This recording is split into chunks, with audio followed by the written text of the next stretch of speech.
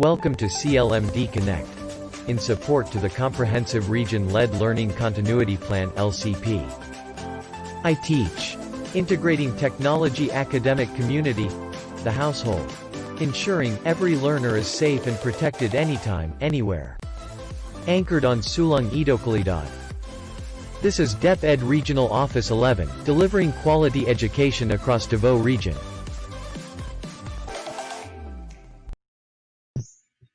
Hello world! Magandang umaga Pilipinas, maayong buntag Mindanao, mabuhay Rehiyon 11. Ito naman po si Mr. Jun Aguilon, humaharap naman po sa inyong mga screens para po sa isa na namang webinar na pagsasamahan po natin sa loob ng 5 araw. Ano po? Today is July 27, 2020 and welcome po sa ating panibagong webinar na may titulo Regional Training on Literacy Instruction. Ano po? So sa lahat po ng teacher participants at sa lahat po ng aming mga makakasama po sa araw na ito, naway mag-ingat po kayo kung saan man po kayo naruroon ngayon. And of course, please also do secure your connectivity. Ano po? So wag po ninyong makalimutan na magkaroon po kayo ng tubig din sa inyong tabi para sa ganun po ay maging maayos po ang inyong panunood at pakikinig po sa gagawin po nating pagsasanay sa loob po ng 5 araw. Ano po? And of course, binabati ko po ang ating Regional Director, Dr. Evelyn R. Fitalvero, kasama po ang ating ARD, Dr. Maria Ines C. Asuncion, na mamaya po ay makakasama po natin sila ng live na live. Okay, so bago po yan, ito po muna, ilalabas po muna namin. Of course, excited kayo sa bahagi ito dahil ito po yung opisyal na magbibigay ng sinyales sa inyo na kayo po ay nakadalo ng ating morning session sa ating day 1 po ng Regional Training on Literacy Instruction. Ito po yung ating attendance link. Okay? Paalala lamang po, sa ating mga teacher participants, wag po kayong malito dahil po nakagrupo kayo ng Filipino at saka English. Okay? So please do screenshots now with your phone or sa inyong mga laptops. Please do the screenshots. Iba-iba po ang ating attendance link sa umaga at sa hapon. Kaya po wag po kayong malito. Tingnan nyo po ang ating coding. For Filipino, may nakalagay po yan kung anong araw. At saka naman po sa English, may nakalagay po na AM tsaka PM po para mamaya kung makikita nyo po. Yan po ang ating format. Ano po? And of course, sa ating mga teacher participants na papasok pa lamang po sa ating webinar na ito, ay paalala din po na ang ating attendance links ay open po sa loob ng 2 oras. Ano po? So it's 8:28 on my watch. Therefore, matatapos po tayo ng attendance at also 10:28 o di kaya meron na lang 10:30 na lang po. O bibigyan na kayo ng 2 minutong palugit. And of course, may mga surprises po yan. Ano po? So, stand by, relax lang po kayo at chill-chill lang po tayo. Ano po? Dahil ang ating pag-aaralan, ang ating pagsasanayan po sa 5 araw na ito ay siguradong kapaki-pakinabang po para sa ating lahat at sa ating mga kabataan. Thank you so much, Controller, for displaying our attendance links. Ano po? Okay, so formal na po nating simulan ang ating programa. Ang panimulang programa po para sa 5-day Regional Training on Literacy Instruction. Pagbibigay po muna tayo ng pagpupugay sa ating pambansang watawat at susundan po yan, of course, ng ating panalangin at ang pag-awit ng ating regional hymn.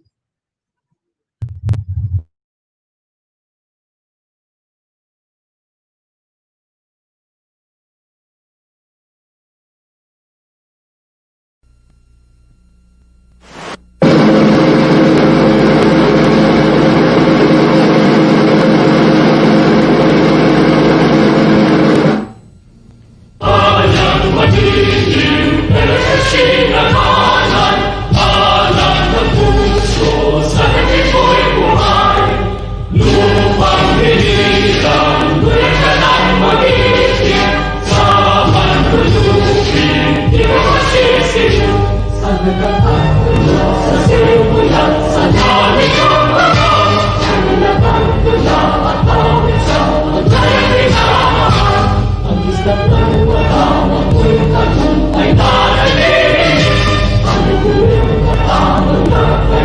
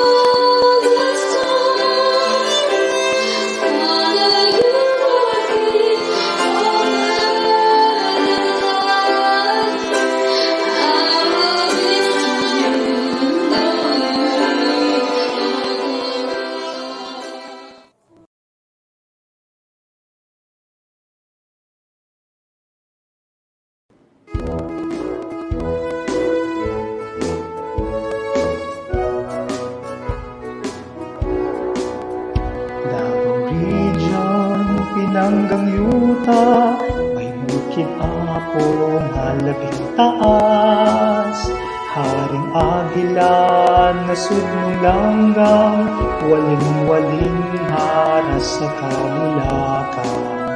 May ulawan ug haring durian, lubi ug saging, bugas damian, yutang gimahan sa Davao Wenyo, makugihong mga tao. Ang milangko mga probinsya, mga dakbayan nagkahiusa, may gituuhan nga Dios, Davao de Oro, Davao Oriental, del Norte Occidental, del Sur, siyudad sa Davao, Panabutagong, Samal Island, Mati ug Digos, Davao Region, gipanalipdan, mga bahanding kinaiyahan, yutang tabunok, daghanang nindot, nga kapanginabuhian. Garbo sa tanan ng Davao Region, among yutang nga gipanggan.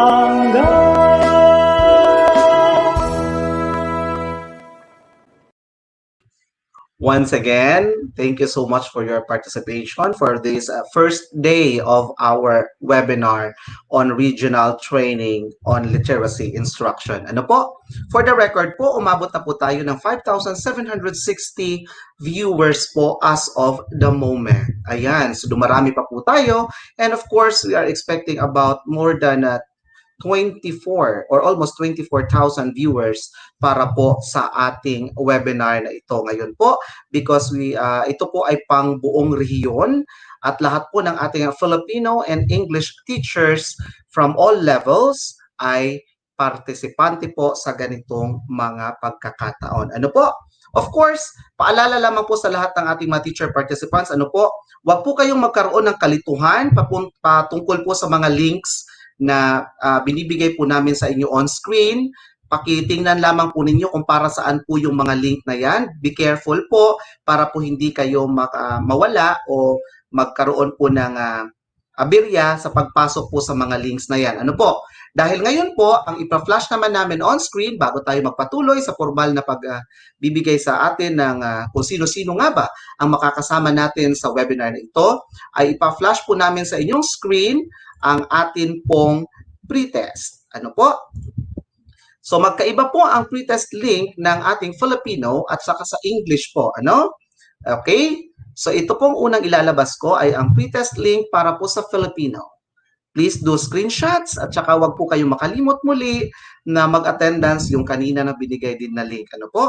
For the record, umabot na po tayo ng 6,007 viewers. Live na live po tayo sa ating YouTube channel. Ang ating CLMD ROXI ay live na live po tayo dyan. Ano po? Once again, today is July 27, 2020. Okay, yan po ang pretest link for Filipino at ito naman po ang pretest link para naman po sa English. Okay? Yan po, tingnan nyo po mabuti, screenshot at saka wag po kayo makalimot to take that pretest dahil po may mga surprises po dyan na mga parts na yan. Ano po? Aside from taking that one, of course, yan na magbibigay din po sa inyo, magbubukas din po sa inyo ng pagkakataong malaman ano nga pa po ang ating patungkol sa ano ang ating webinar na gagawin sa loob ng 5 araw. Ano po? So please do not forget to screenshot those links na pinakita po sa inyong mga screens. Ano po? Okay? So ngayon magpapatuloy po tayo sa ating programa, sa ating opening program. Let us all welcome on screen the Chief of the Quality Assurance Division of DepEd Regional Office 11, Dr. Janelito S. Atilio, para po ipakilala sa atin ang kung sino-sino nga ba ang mga participants natin sa buong 5 araw na webinar na ito. Good morning, Sir Dodong.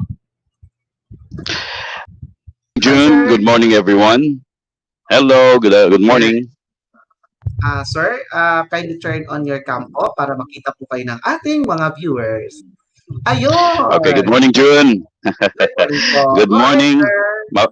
Mapagpalang araw sa lahat.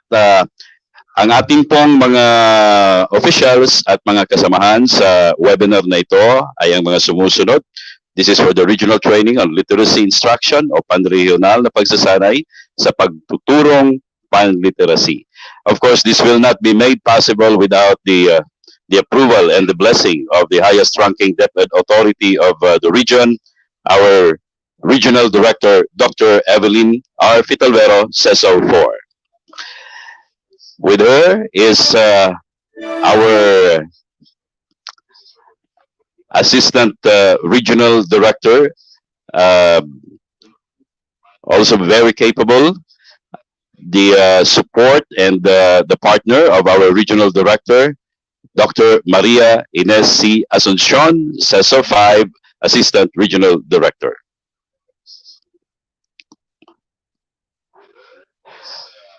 We also are happy because this activity today is being spearheaded by the Curriculum Learning and Management Division of Regional Office 11, of course headed by Chief Education Supervisor. We have Dr. Janet G. Veloso.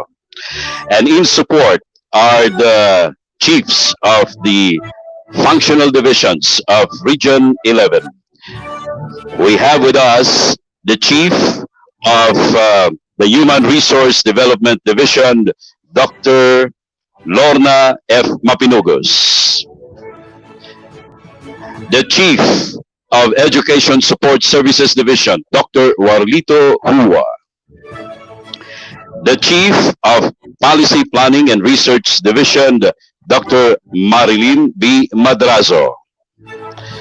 The Chief of Field Technical Assistance Division, Dr. Mary Jean B. Aldiger.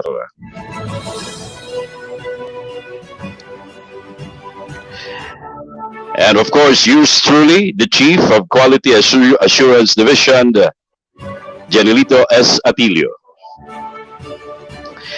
The Chief of Administrative Services Division, Dr. Roy T. Enriquez. The Chief of the Finance Division, Ms. Loradel Barikawa.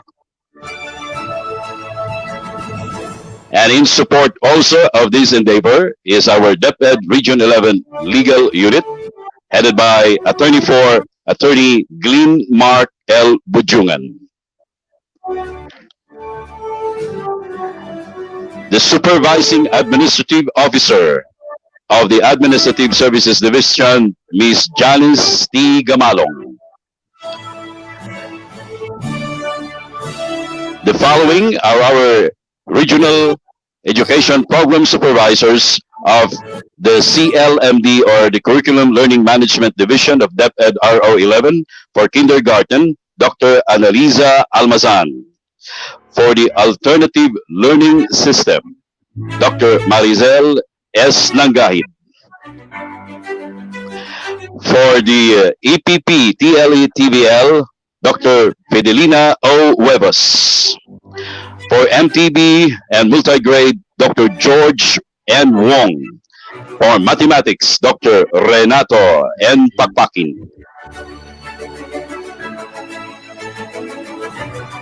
And for English, nag-iisa sa slide na ito, si Dr. Manuel P. Vallejo. We also are grateful that we have with us our Division Education Program Supervisors in support of this endeavor. From Mati City, Dr. Gina Silvestre. Davao City, Dr. Mayan Humwad. Davao del Norte, Dr. Alin T. Gilaran. For Davao de Oro, Dr. Hilda A. Opeña. For Davao del Sur, Dr. Ruben Asan. And for Davao Occidental, Dr. Raymond S. Aquino. From Davao Oriental, we also acknowledge the support of our Education Program Supervisor, Dr. Nancy P. Sumagaysay. From Panabo City, Dr. Maria Perpetua Angelita Suelto. From the Island Garden City of Samal, Dr. Charisma Ambrona. And from Digo City, Dr. Tito Indrina. Tagum City, Dr. Darwin Suyat. We also acknowledge Public Schools District Supervisor Dr. Narmila Espedido, Principal 3, Dr. Emeline Raquel, School Head Dr. Leonila Berdin, and Teacher 3 Bernardino Magno Jr.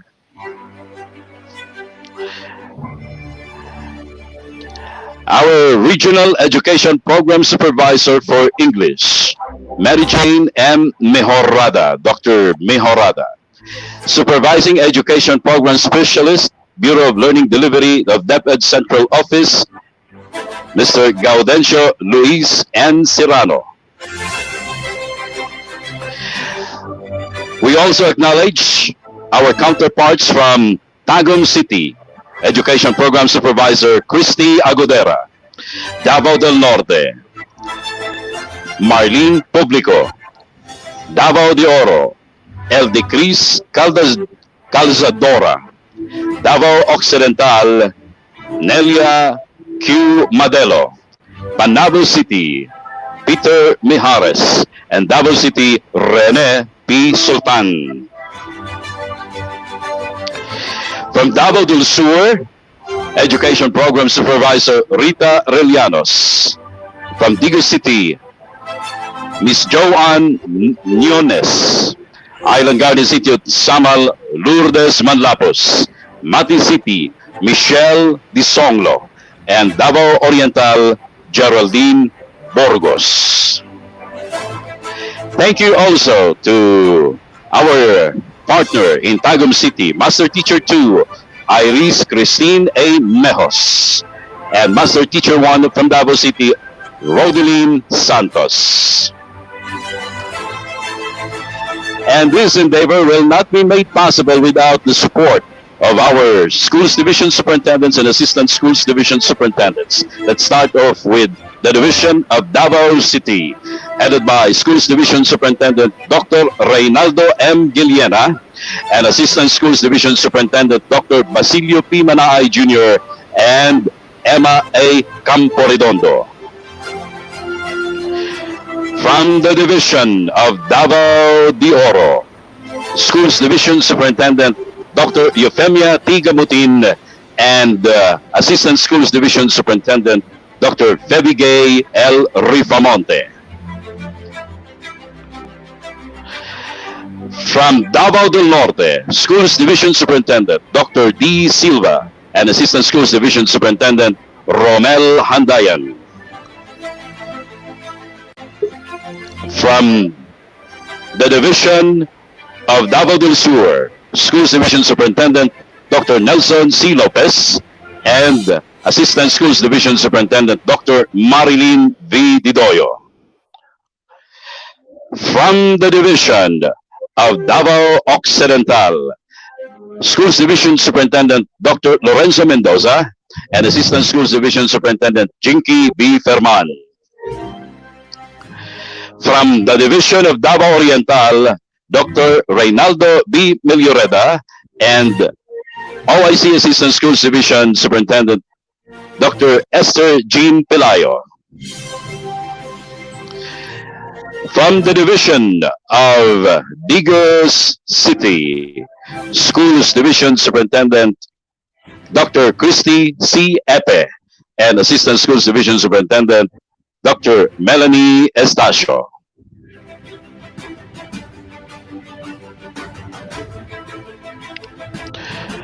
From the Division of the Island Garden City of Samal, Dr. Winnie E. Batuon, our Schools Division Superintendent, and Assistant Schools Division Superintendent, Dr. Filomena M. Lopez.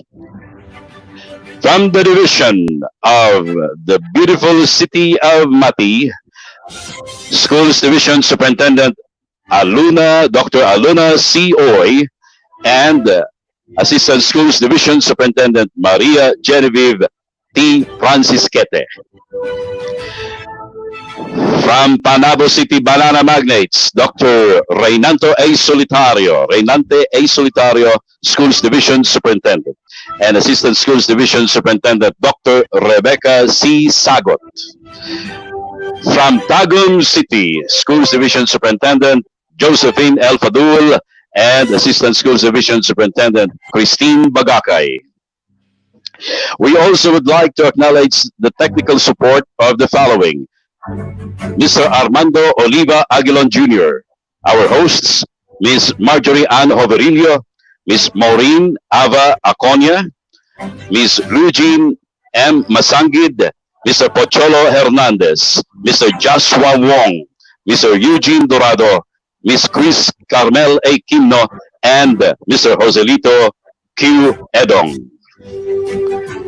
For the Training Management Secretariat, Miss Maria Perpetua Batibot, Miss Florence Alcazaren, Miss Ana Lona Ganto, Miss Mary Ann Acosta, Miss Maria Edith Ibanez, Miss Aurora Lagrama, Miss Rochelle May Sadaya, and Miss Maribel Niebla.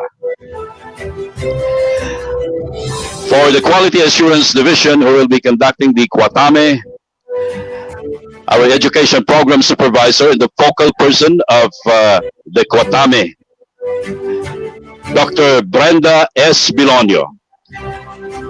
She will be joined in by the following: Dr. Maflor Dingal, Dr. Alfeo Ingay, and Dr. Herminia A. Bantining.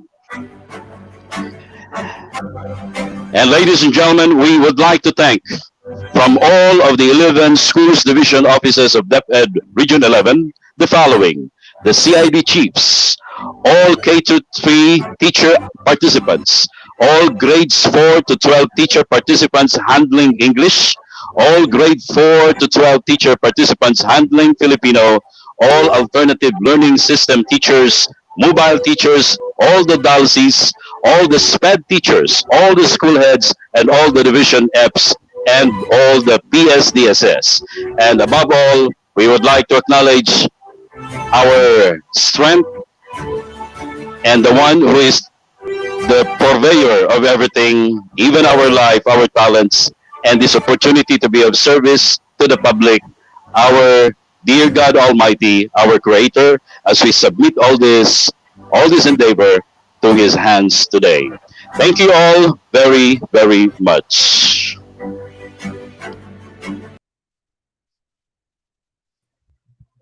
Thank you so much, Dr. Janelito S. Atilio, for that introduction of our participants for this morning and for the rest of the days. For 5 days po tayo magkakasama, ano po? And we would like just to correct, Dr. Mary Jane Mejorada is our Education Program Supervisor for Filipino po. Okay? Now, let's proceed to our next part of the program. To continue our program, let us now hear the message, welcome remarks from our Assistant Regional Director, Dr. Maria Ines C. Asuncion sa SO5. Ma'am Ines, good morning. Good morning. Good morning, June. Good morning, everyone. Thank you so much, Chief Atilio. Go ahead, ma'am. Thank you. Thank you so much, Chief Atilio, for the inclusive acknowledgement.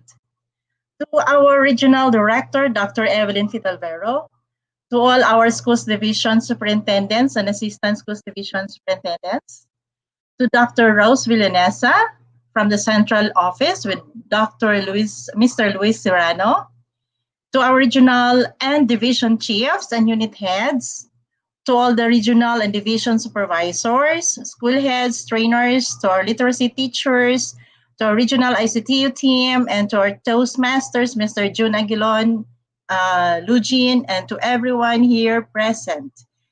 Welcome to this virtual training platform on our regional training on literacy instruction. The basic component of literacy is reading, which will enable every member of the community and in the society participate fully in life. Our prime duty in the basic education delivery is to make every child a reader. Everyone must be a reader, and every child is made a reader on the laps of their parents. Wherefore, we need to actively engage our parents for this program. Reading is the most essential lifelong learning skill that everyone must develop. Learning to read means a gain of freedom. If a child can read, she or he can manage for the rest of his or her life. Reading is our passport to the wide world around us. However, we need to make reading activities as learning with fun. Let us not present reading to our children as a work or a chore, nor a duty. Reading must be offered as a gift to the children. This must be the principle that reading teachers and all educators must embrace. Let them find their favorite storybooks at first, and they would surely find reading so meaningful. We need to unfold the beautiful world to our children through reading, because a child who reads will be an adult who thinks. We need to inculcate in the minds of our children the kind of future we want them to have by teaching them the art and skill of reading. By making every child a reader, we continue to write the brighter future of our young generation. For today, we make readers. Tomorrow, they are our leaders. Good morning, everyone.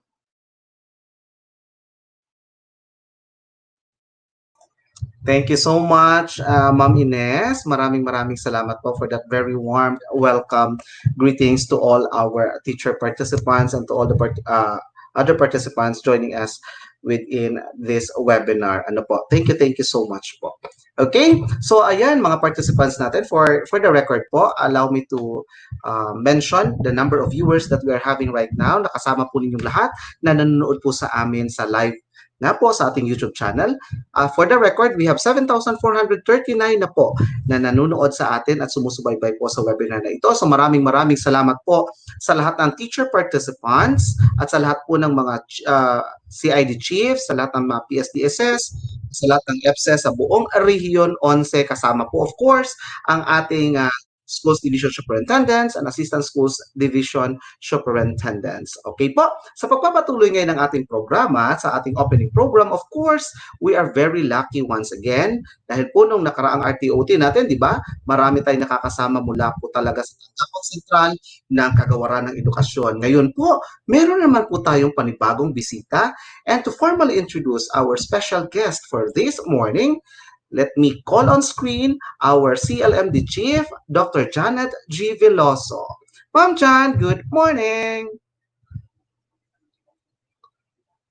Good morning, June. Yes. Good morning, everyone. Good morning. How are you po? Yes. Good morning, everyone. I'm very honored to introduce to you our guest today from Central Office. For all you know, I believe that this lady is really the icon when it comes to early language literacy and numeracy. And in fact, I remember before in 2003 that she was hired by DepEd Central Office to really form part of the team as part of the core trainers for our teachers on what we call the National English Proficiency Program. And so eventually, she managed also the early language literacy and numeracy and at the height of our implementation of the K-12 program. And it is fitting also that we mention that she is the author also of the primals, what we call the pedagogical retooling in mathematics, languages, and science. So for that, it is very fortunate to have with us the lady who is versatile and the one who is brainchild of a lot of programs of DepEd. Please welcome the Chief of Teaching and Learning Division of the Bureau of Learning Delivery, Dr. Rosalina J. Villaneza.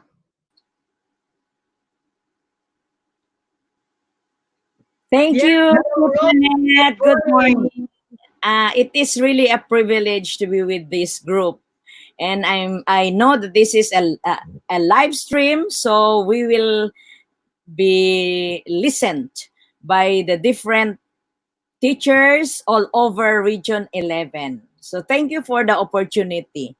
At this moment, I really would like to greet everyone, the teachers, and I really would like to address you as reading advocates, because this is what we need in the department. I remember that this was mentioned by ARD Ines, that reading is everything. And I would like to reiterate, and that fellow educators, indeed, reading is everything. When our learners know how to read, they will be able to understand problems in math,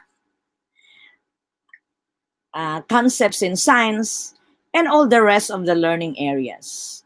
So I would like to congratulate Region 11 with the leadership of Director Evelyn, my good friend, from Region 12, and now she is with Region 11. And of course, Director Ines has been we've been together, struggling for all this, doing things for reading. And of course, Ma'am Janet, she was only a supervisor that time, a kindergarten supervisor when we met, but now she's your chief, and soon she will be superintendent, I know. So fellow educators, if you remember, Chief Janet mentioned about the National English Proficiency Program. We already talked about reading. And in fact, our focus is really on early literacy. Then we introduced mother tongue, where I also spearheaded it, and finally the ELLN. So early language literacy, focus on, with the title Early Language Literacy, just focus on beginning reading or early literacy. But when we looked at the results of the NAT and even the PISA, it poses a great challenge on our part as an advocates of reading, because we all know that the very reason why we have those results is really the problem of reading. So when I say reading, it's really about reading comprehension, that students understand what they read. And I want us to reflect on this before you go through all the sessions of this literacy instruction, that reading is not an easy task. And not everybody can teach reading, especially if you have not been trained. Because reading should be taught following a systematic way of teaching, and it should be explicit. It should be modeled. You cannot just ask the students to open their book and read the story and answer the question. That's not reading at all. But these are the things that I observe going through all over the country.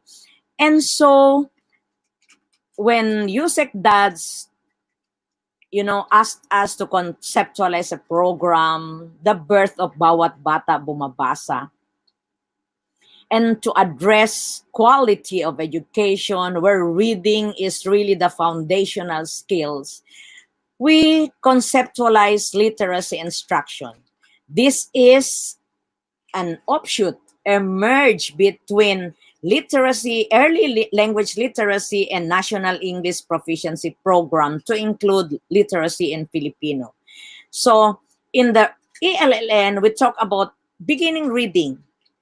But in this training, you will notice that is why I'm glad that, like all grade levels, from grade 1 to grade 12, English and Filipino teachers are in attendance to this, because this is the missing link. When we had this training, I asked all the participants to write the reading programs. And we found out together that most of them are intervention. Fellow educators, if we have a very good reading program, and if we follow systematic, direct, explicit instruction, we don't need an intervention because every learner in that classroom will be a reader. I told this to the participants in that National Training of Trainers, and I would like to reiterate this in this opportunity to be with you. That when we say reading program, the simplest way that I can relate this to a program is the opening program. When we say opening program, we have different steps. You see, we have the singing of the national anthem, doxology, welcome or opening remarks, then all those messages. We have the stages, and it should be done systematically. We should follow what should be done first, what should be done second, what should be done third. So when we speak of a reading program, we talk of the elements of a reading programs, which are the 6: oral language development. Mind you, when I was studying reading, and I believe Dr. Ines, your assistant director, also knew about this, we only have the 5 blocks of reading. We don't talk about oral language literacy. Okay, so now we introduce the big 6 of reading, which will be the main lesson, main content of this literacy instruction. So it's oral language, and remember, when it is oral language, the assessment should also be in oral. The second is phonological awareness / phonemic awareness. This is talking about the sounds in general and talking about the specific sounds. Then phonics, then vocabulary development, fluency, and comprehension, the ultimate goal of reading. So this should also be done like an opening program. You should always start with oral language, then transition to phonological, transition to phonics. If you have not done this as a reading program, then your reading program might only be an intervention. So every classroom teacher should always apply this. You may have a focus. Maybe for this lesson, the main focus is oral language, but you cannot do away with all the rest. Or the main lesson for this will be part of the comprehension, which is cause effect, but you cannot do away with the rest of those 1 or 2 elements under the big 6. So that's how. Okay? So in this training, you will notice that the first 2 days or the first 3 days, we talk about the big 5. But we also talk about the last elements, which is comprehension. But in the last 2 days of your training, you will notice that we focus on the least learned competencies. And in developing comprehension, we use the close reading technique via explicit direct instruction. I hope you will enjoy, at the same time learn. Be ready with your notes because we know that we cannot absorb everything in one sitting. And I want you to know that we have the video of all those speakers, so that, and that will be after the training, that can be given to you, so that in your idle moments, while you are sleeping, joke, while you are learning, while you are seated, you can watch that video all over again and again, so that we will all be able to better understand what reading is and how reading should be thought. I go for contextualization, maybe of the content, but not to contextualize the process, the way of teaching and developing learners' skills in reading, because mind you, my dear, it is very, very difficult. And that not all teachers, unless she had undergone a reading or attended a reading subject, beginning reading subject during, or a course during his or her postgraduate, or even in his her baccalaureate, would be able to teach reading appropriately. We can say that we're teaching reading, but the question is it the appropriate way? That's the question. But I don't want to blame anybody because, like nobody has the monopoly of knowledge. That is why we have this training for us to be able to be capacitated and be able to give our students the kind of quality education that they long deserve. I believe in your capacity, fellow educators, especially the classroom teachers.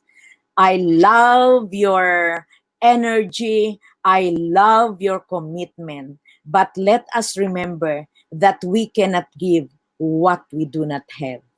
And learning is a continuous process. We need to learn, relearn, and unlearn if we want to better ourselves.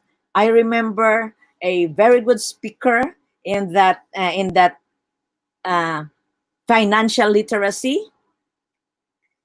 He told the group that financial literacy refers to increasing your value, because if you have a good value, if your qualification is higher, people will hire you, people will value you, people will keep you in the company because you are of value to the company. I hope all of us would be able to give value to ourselves by increasing our capacity to teach, because as a teacher, that is our main function. We do not only owe that to the government and to the Filipino children, but we owe that to God. So with this, fellow educators, I would like to end my session with a prayer that we will all learn and we will all continue to learn. Let's get mad. MAD, make a difference, because this is all that matters. When we leave the earth, the only question that God will ask us is how much love we have shared. Fellow educators, my only question is, how do you want to be remembered? Nobody's indispensable with DepEd. I am now 58. I'll be retiring at the age of 60. My question would always be to myself, if I leave DepEd, how would I want to be remembered?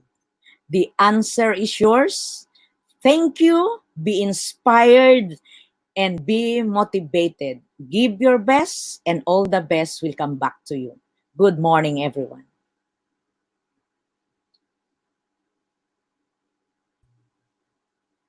Thank you so much, Dr. Rose, for giving us the crash course on reading. I could feel that you wanted to capsulize the teaching of reading. Indeed, reading is a big creative teaching job. Thanks again. Thanks for the MAD. Make a difference. Yes, Thank you. yes, that was so passionate as a speaker. Dr. Rose, hats off always to you. You Yes. speak freely your heart and your mind. Every time we hear you speaking in an audience like this, we are always inspired. So thank you very much, Ma'am Rose.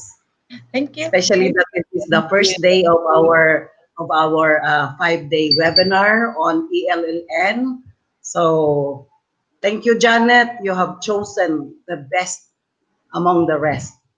Thank you to your leadership. My salute to your leadership, Director Evelyn and ARD Ines, thank you for everything. Of course, my counterpart, Chief Danet, and all those hardworking EPS in your region and division.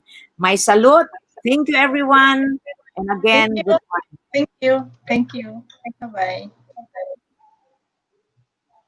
Ma'am Ines and Ma'am RD, before po natin paalisin muna si Dr. Villaneza, meron po muna tayong pa-certified sa kanya. Doc Villaneza.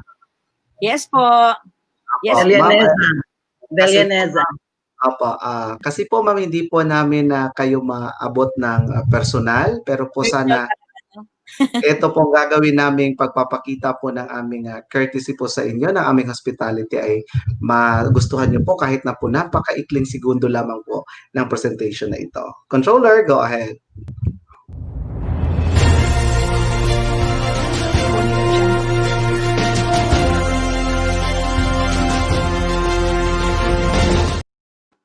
Ayan. Yun Learning po, Division, Bureau of Learning. VIP. Oh, delivery. God bless po. Uniform. Thank you so much. Thanks. Thanks, June. Ma'am, ingat po kayo. And Ma'am RD. Bye. Thanks, RD. Bye-bye. Thank you. Okay po. Ayan, napakinggan na po natin ang ating special na bisita mula po sa ating DepEd Central Office. Of course, that was Dr. Rosalina Hadocana Villaneza, ating hepe po ng Teaching and Learning Division para po sa Bureau of Learning Delivery ng DepEd Central Office. And maraming salamat din po, of course, sa ating DepEd officials ng region, to Dr. Evelyn R. Fitalvero and to Dr. Maria Ines Asuncion for giving po our guest a vote of thanks. At the same time, si Ma'am po ngayon, si Ma'am Villaneza, ay certified Aguila VIP na po. Ayan. Thank you so much po. Okay, so ngayon po magpapatuloy tayo sa ating opening program, sa ating session. Ano po? Pero bago po yan, I think nagkaroon po ng problema doon sa ating link para po sa pretest ng Filipino group. Antayin lamang po natin na maayos yung ating link na yan. Nagbigay na po yata ng link ang ating technical team para po ma-flash namin ulit on screen ang ating panibagong link po sa inyong pretest sa Filipino group. Ano po? Kasi po meron yatang problema patungkol po doon sa inyong pagpasok, sa information po na nakakailanganin po ninyong fill upan doon po sa ating pretest. Ayan po, yan po yung panibagong link po ng ating pretest. Ano po? So please, wag nyo na pong pasukan yung isa, yung kanina po na na-flash sa inyong screen. Ito po yung bagong link po for Filipino pretest. Ano po? So yan po, paki-picturean nyo na, paki-screenshot nyo na, at nang hindi po ninyo makalimutan. Once again, wag ninyo na pong i-access yung una pong link na pinakita po kanina sa ating screen ng ating controller. Ano po? So, yan po yung inyong papasukan na link. Sa English naman po, wala naman pong problema. So, okay po kayo, okay po yung inyong link na napasukan. Ano po? So, thank you so much, Controller, for displaying that link to our teacher participants. Okay? So, magpapatuloy po tayo. Ano po?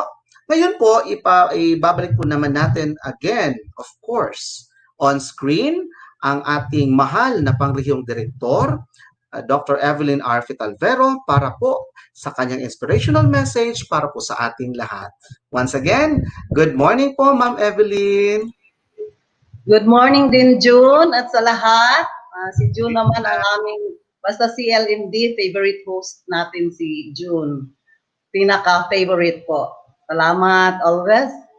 Our Chief of the Teaching and Learning Delivery of the Bureau of Learning Development of DepEd Central Office, Dr. Rose Villaneza, our Assistant Regional Director, Dr. Maria Ines Asuncion, our chiefs of the functional divisions of the region with the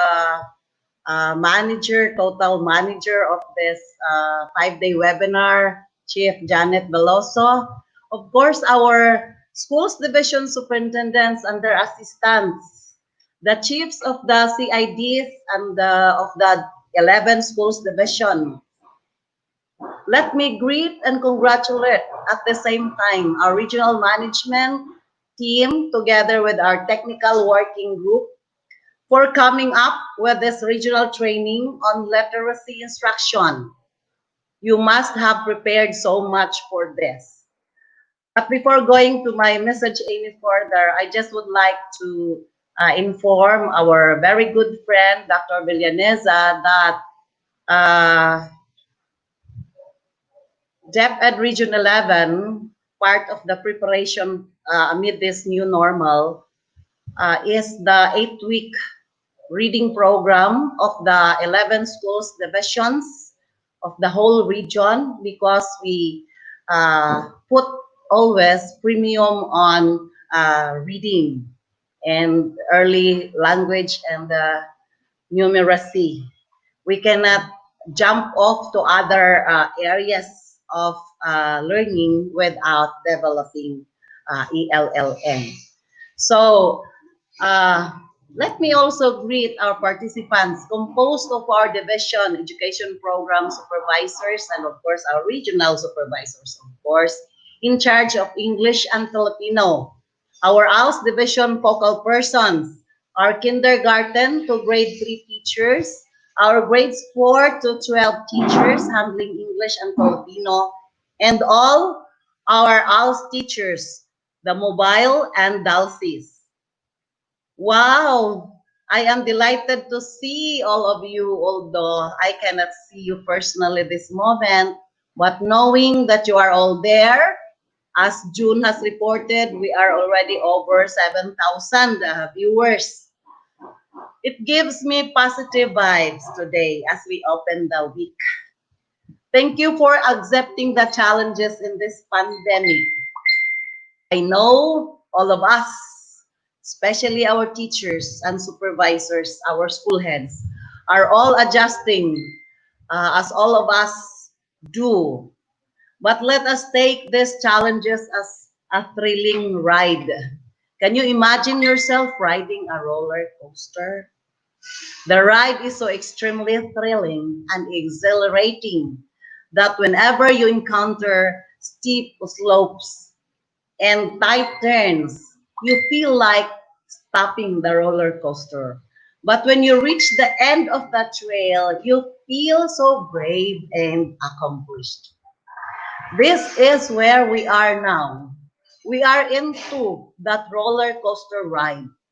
We will be facing a lot of changes, twists, and turns, but we'll see one destination. We will continue education and we will see to it that no one stops being educated. At the end of this school year, we can see how accomplished we are as educators.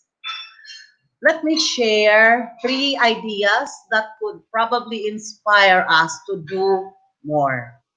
But before that, let us be reminded that literacy is so fundamental, as being emphasized by our special guests, the expert herself, a few hours ago. Our goal in DepEd is to equip our children with the necessary literacy, numeracy, and wider skills so that they can fulfill their potential. We do not only help educate children and those more than the school age through our alternative learning system. So now, let me share something worth pondering. First, teachers who love teaching teach children to love learning. Do you agree with me?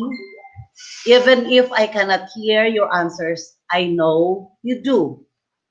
If we are so dedicated and committed in teaching, we engage our children to participate because they are engaged. Engaged na engaged. They voluntarily involve themselves.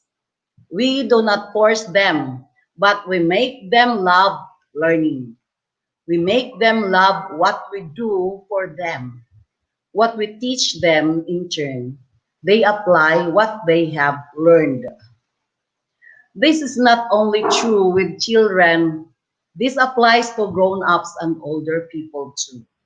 Second, literacy is a bridge from misery to hope. Imagine a world where there is absence of literacy.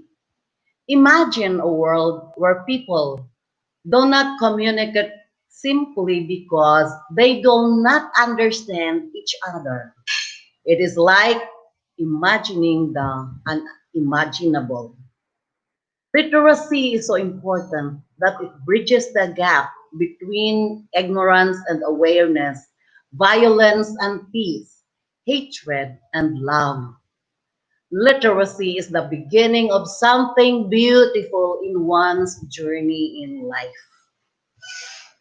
Third, always walk through life as if you have something to learn, and you will. This is for all of us here.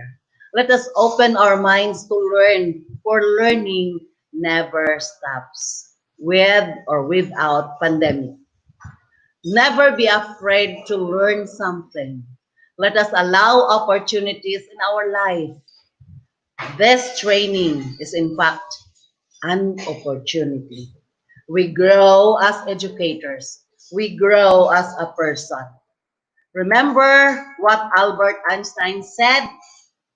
Once you stop learning, you start dying. Build that attitude to want to learn more and not to just rest on what you have already learned. Make your learning journey a meaningful one for you. Make this journey, make this training a meaningful journey. So enjoy the 5 days, and I hope that there will be added inputs. Kung wala naman, well, a refresher course for all of us, for all of you. And again, hindi po matapos-tapos ang aking pasasalamat sa lahat na naglalagari upang mabigyan lamang ng pagkakataon ng isa't isa na makapagbigay ng kanilang best self to the preparations on the ground as we open up the school year 2020-2021 come August 24. Again, to God will always be the glory. Thank you so much, Ma'am Evelyn, for that very inspiring message. And of course, Ma'am, sabi niyo nga, itong ginagawa po natin ay para po tulong-tulong tayo nito para sa pagsulong po ng ating edukalidad. And of course, ang Davao region po ay very happy and very also overwhelmed po sa inyong leadership sa amin dahil po napakarami po, ma'am. At napakarami po nating ma'am, no? Napakarami nating first tayo ng ating VGC, ng ating marami po tayong proyekto na una po nating ginawa. At saka yung LMS, of course, that's the very very big breakthrough po ng ating rehiyon. Ayan. So once again po, ma'am, ingat po kayo dyan. God bless po and see you po sa mga susunod pang araw para po sa ating mga bisita pa na darating din po mula sa ating DepEd Central Office. Thank you, ma'am, and God bless po sa inyo. Okay, so ayun. Thank you so much once again to Dr. Evelyn R. Fitalvero, our Regional Director in the DepEd Regional Office 11. Ano po? Okay po, nais lamang po namin i-check lahat ng ating mga Filipino participants. Ano po? Lahat po ng teacher participants na pumapasok po sa ating pre-test na link as per information from our technical team handling the pre-test po, yung panibago pong link na pinasa po namin, naka-flash po kanina sa screen. Controller, paki-flash po muli yun. Ay, according to our technical in charge for that, okay naman po daw yung link na yon. So far, may nakapasok na po at according po doon sa iba ay hindi pa po. Paki-check na lamang po yung link na pinapasukan po ninyo. Ano po? Okay? Allow me to na lamang po yung ang atin po nga kasing link na mga link na yan yung sa ating pre-test po ay supposed to be it is exclusively for yung paggamit po natin ng DepEd email. Ano po? Minsan po kasi nagkakaroon tayo ng error dahil nga po ibang email din ang ginagamit natin. Ngayon po ay inopen na po yan ng ating technical team na in charge po nga ng ating pretest para po sa lahat ng email address. Okay? But then, in the form po, kakailanganin pa rin po natin ng DepEd email. Ano po? So please, sa lahat po ng aming teacher participants na kasama po ngayon, 8,228 na po ang nag-view sa amin. And of course, yung iba na nag-share screen, yung iba na merong isang screen lang sa school, of course, ingat po kayo dyan. At saka kayo din po ay, of course, nakibahagi po sa ating talakayan, sa ating pagsasanay patungkol po nga sa ating regional training on literacy instruction. Ano po? So meron lamang pong advice ang ating technical team. Kung hindi nyo po ma-access, please do refresh po yung inyong browser. Ano po? Para po baka yung kanina ay nagamit nyo nga, please do refresh. And so far po, marami na ngayon daw pumapasok sa link na binigay natin yung panibagong link for Filipino. Okay? So maraming salamat sa ating technical in charge din po sa mabilisan at maagarang solusyon na binigay po sa atin. Okay? So now, sa lahat po ng sa nanonood sa atin at nakikinig, ano po, ngayon makakasama naman natin on screen ang ating CLMD Chief na magbibigay po sa atin ng rasyonale ng pagsasanay na ito at iba pang mga impormasyon na kinakailangan po nating malaman patungkol po sa ating regional training on literacy instruction. Once again, let us all welcome on screen Dr. Janet G. Veloso. Ma'am Jan, once again, good morning po. Yes, good morning, everyone. Yes, good morning, June. Ayan. Opo, ma'am. So I think, ma'am, handa na yung inyong presentation din, ano? So go ahead po, ma'am. Yes, good morning, everyone.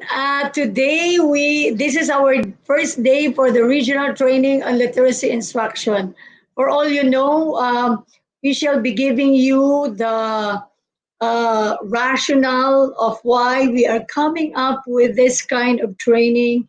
And if you notice, this is participated by all K-3 teachers and those that are handling English and Filipino from grades 4 to 12. And in fact, we included already our SPED teachers, our alternative learning system implementers and teachers. So with this, it's really a regional initiative now to really include everyone to be in this kind of training, to be able to know all the rest of the intention of this training. So with in my slide, we have here the overarching intention of this training as it is anchored on sulong edukalidad and as part of the response of our region for the learning continuity plan of DepEd Regional Office 11. It is, as we all know, integrating technology, academic community, and the household. And the end goal of this is to ensure that all learners are protected and they are safe anytime, anywhere. And so in our next slide, it is, we are giving you the details of our online training on literacy instruction. So this is the matrix that we will be providing you. And so for the rest of this, the day, we are going to have the breakaway sessions that will be facilitated by all education program supervisors managing the learning areas of English and Filipino. And as I have said a while back, that this is in support to bawat bata bumabasa, as it was underscored by our speaker, Ma'am Rose Villaneza, that reading is something that our learners should be able to master. And it is not an easy task. And so with this kind of hamon na bawat bata bumabasa, it is not the work of the grades 1, 2, and 3, or even the K to 3 teachers, but it is a challenge to all of us that all teachers must be reading teachers. And so with this, we give you the intention of the entire training that the end of the training, all of you are expected to be acquainted or reacquainted with the different genre of informational and non-linear text in learning areas. So we're talking of the different learning areas, their elements, structures, and purposes.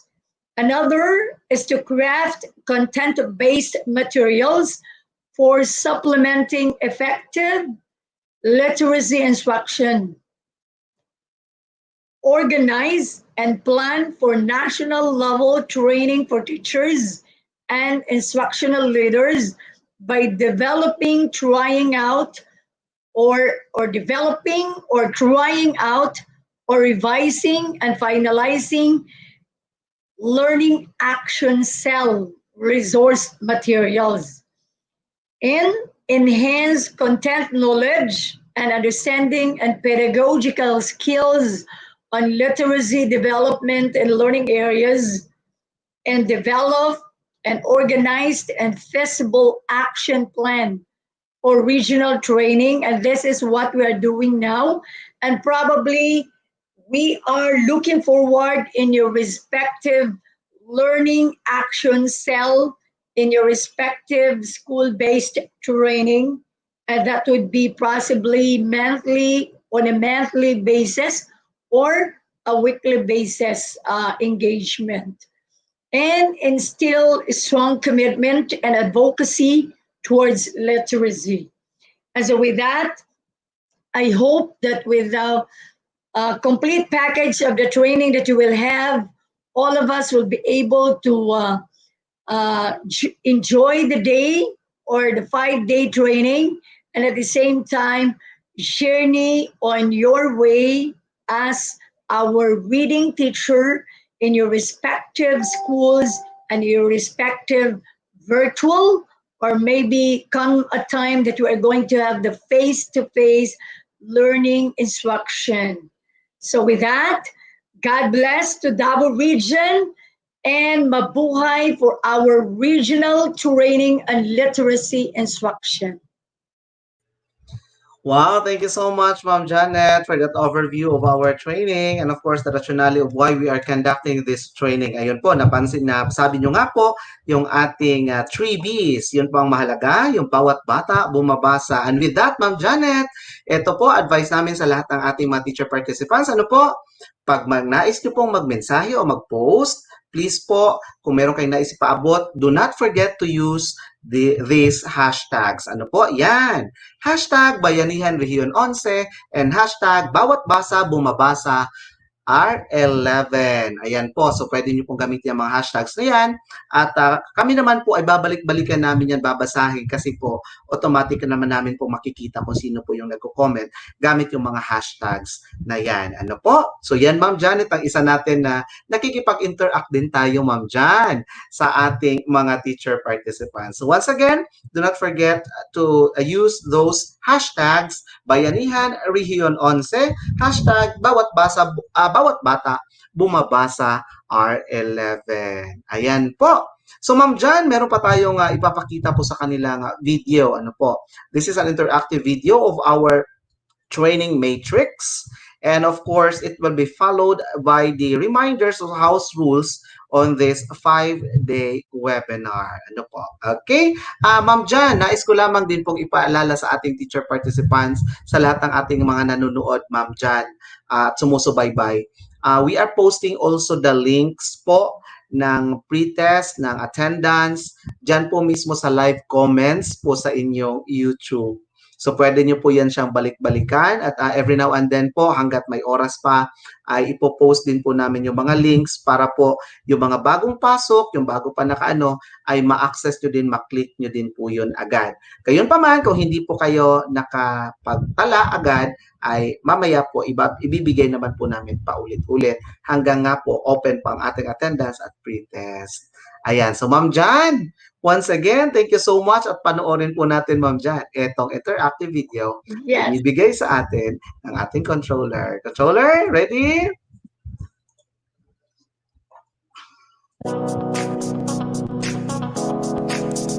This is the schedule of the online training on literacy instruction, July 27 to July 31, 2020.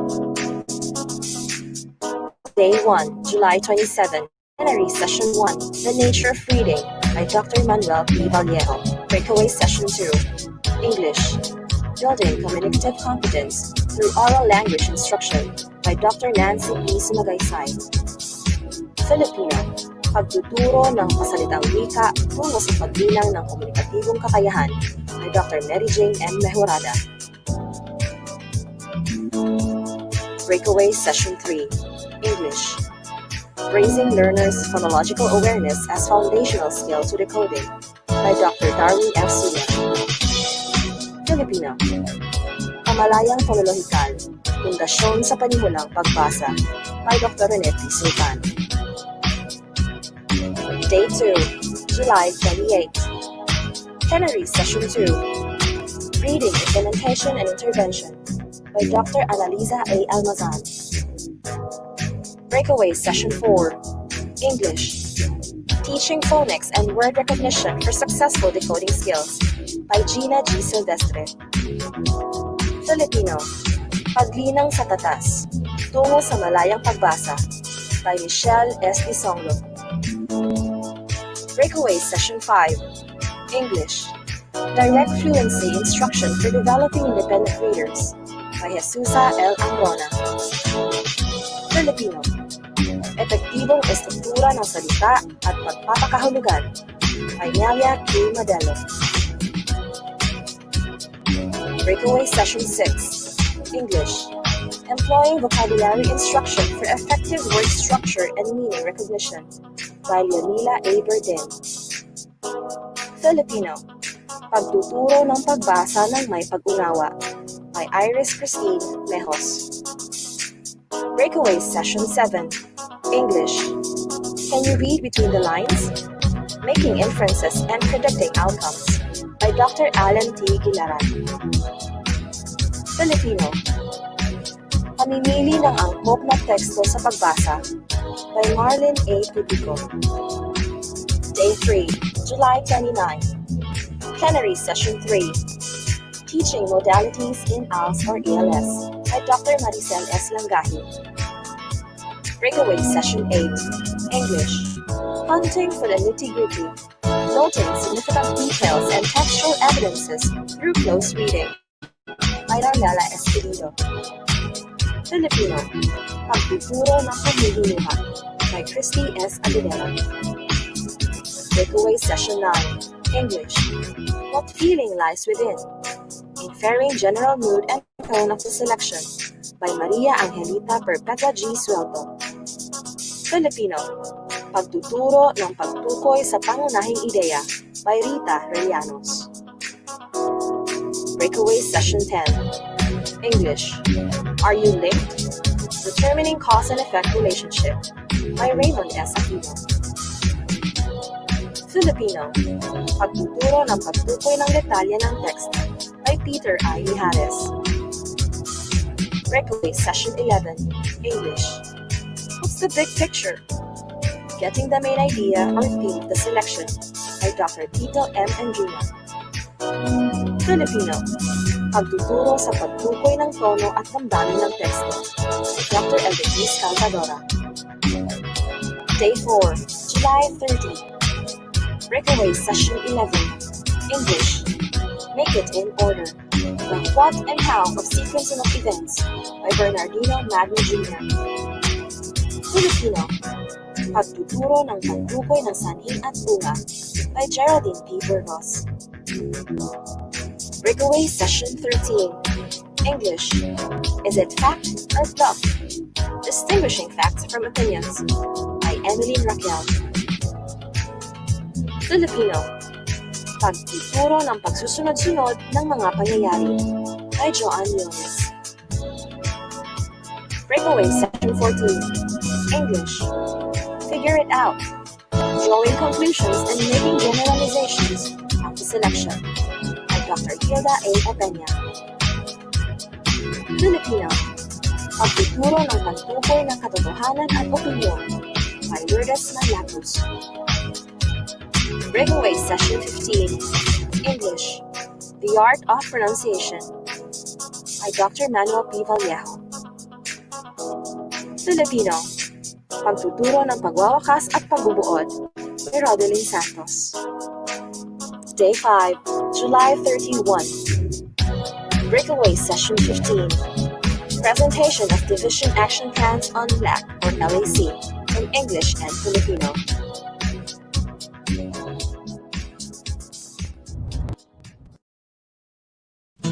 Reminders to the facilitators and participants. Show up on time. Show up on time. Be engaged and attentive. Wait for your time to speak. Refrain from using the chat room to socialize.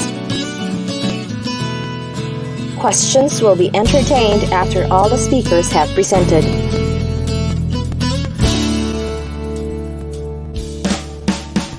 Use the chat box or Padlet to raise questions.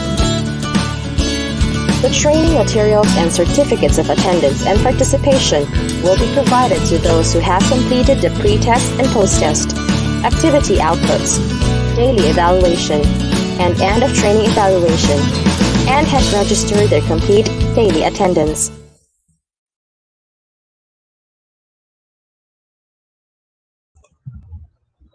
Thank you so much, our controller. Ma'am Jan, are you still there?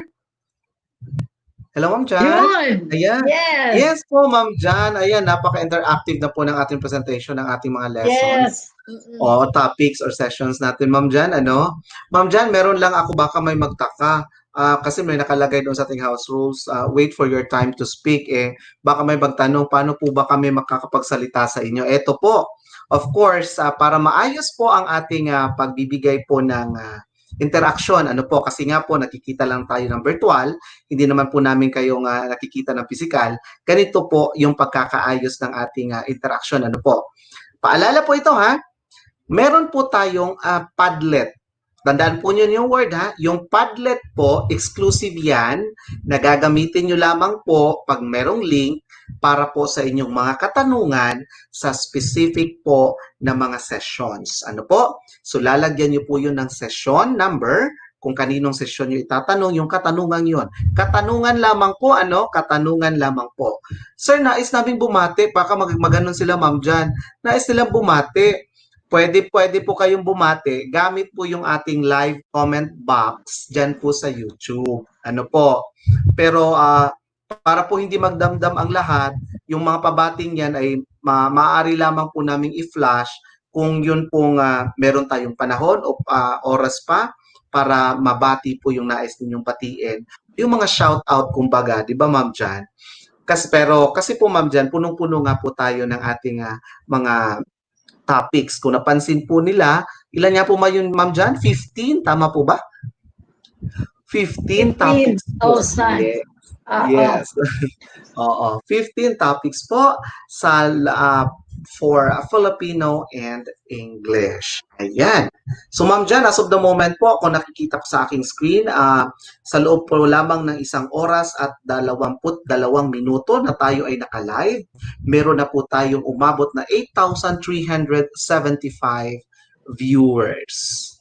O, sa iyo Ma'am Jan, ano kaya indicator nito Ma'am Jan? Etong dumarami nating mga viewers. Okay, ang sa atin pong mga kaguruan na in-expect ngayon ay talagang aabot po dahil base sa ating datos sa registration. Sa Filipino ay nasa mga 8,000 at sa English ay umabot na sa 10,000.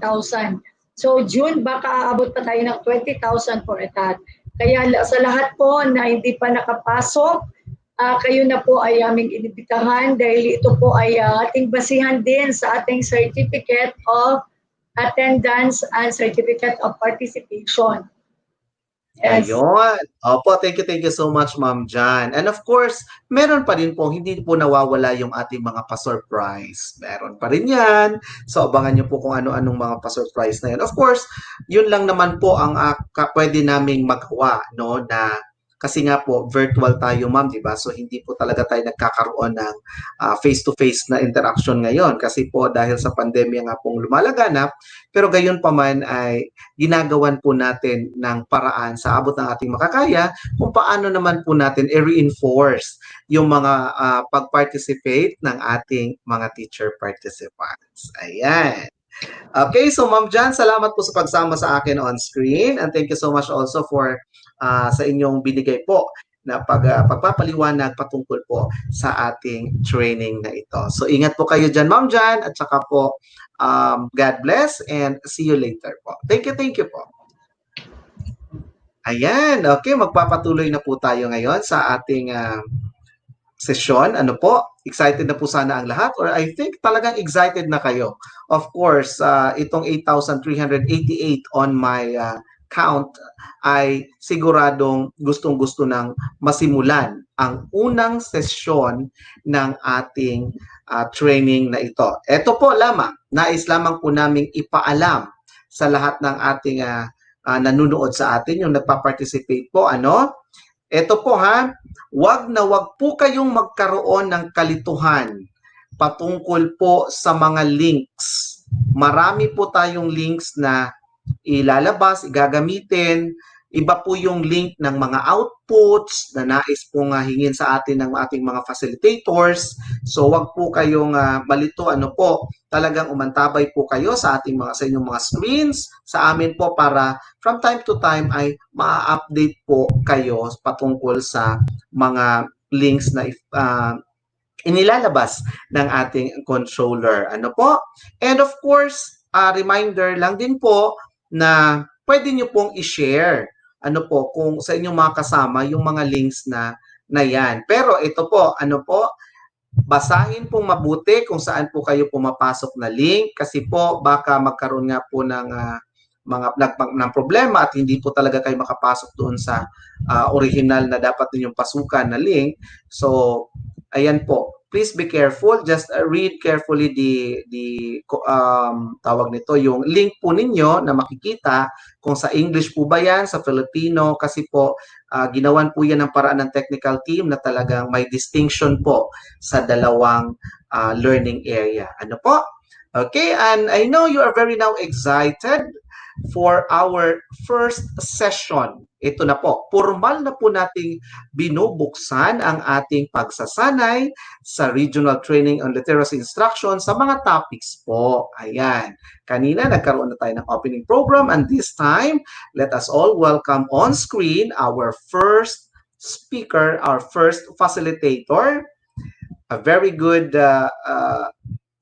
friend of mine, and also a very dynamic education program supervisor. At saka siguradong kilalang-kilala niyo po siya dahil po pag bumibisita po siya talagang hindi lamang po siya nagbibigay ng kaalaman sa atin, kundi nagbibigay din po ng kasiyahan. Of course, let us all welcome our education program supervisor in English, Dr. Manuel P. Vallejo. Hello po, Sir Manny. Hi, John. Good morning. Good morning. How are you, sir? Yeah. Fine. So, good morning, ladies and gentlemen. Welcome sa ating opening program para sa plenary. Kakakaba plenary session. Kaya nakasalan tayo dito. But then, June, let me remind you, may nakalimutan kang i-introduce kanina ang isa pang participant natin. Ano na participant? Isa pang facilitator sa Division Focal Person and MTB ng IGACOS. Si Madam Jesusa P. Ambrona. Okay. Makakasama natin siya bukas. Yes. Okay. Actually, June, sa ating training matrix dapat ay papasok ako 10:30. So medyo mataas-taas ito. So bitin natin ng kaunti. Ayan. So, Mm.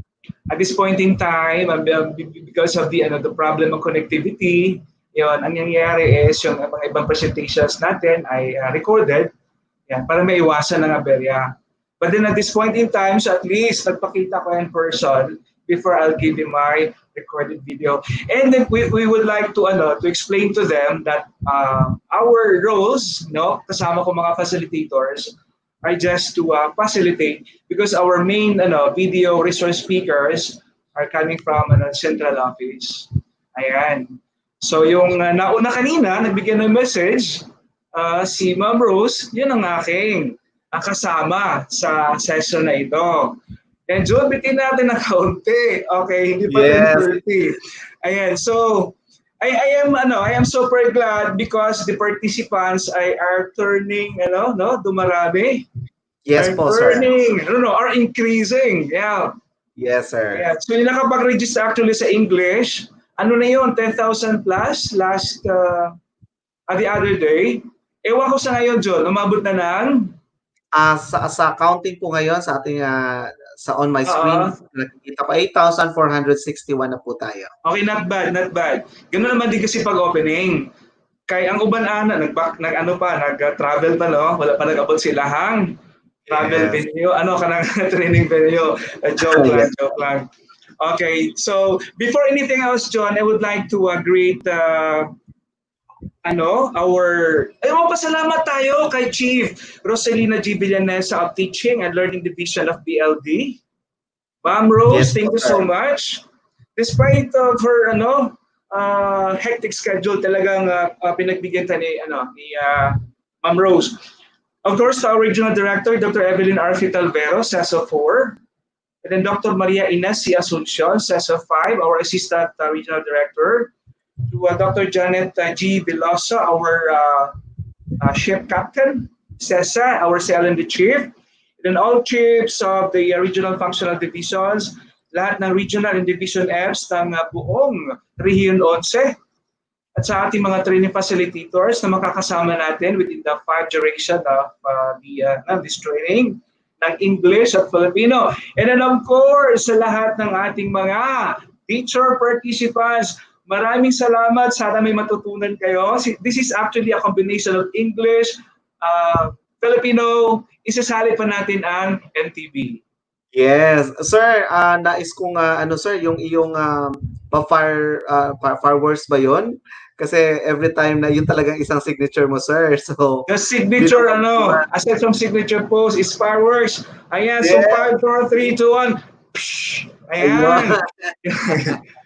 It means to say that we have to invite the energy, the emotion, the EQ, kumbaga. Yes. Yeah, plus the embellishment, the EQ. Of course. Kasi medyo konting seryoso ako sa aking topic. So parang preparatories ko ito ngayon.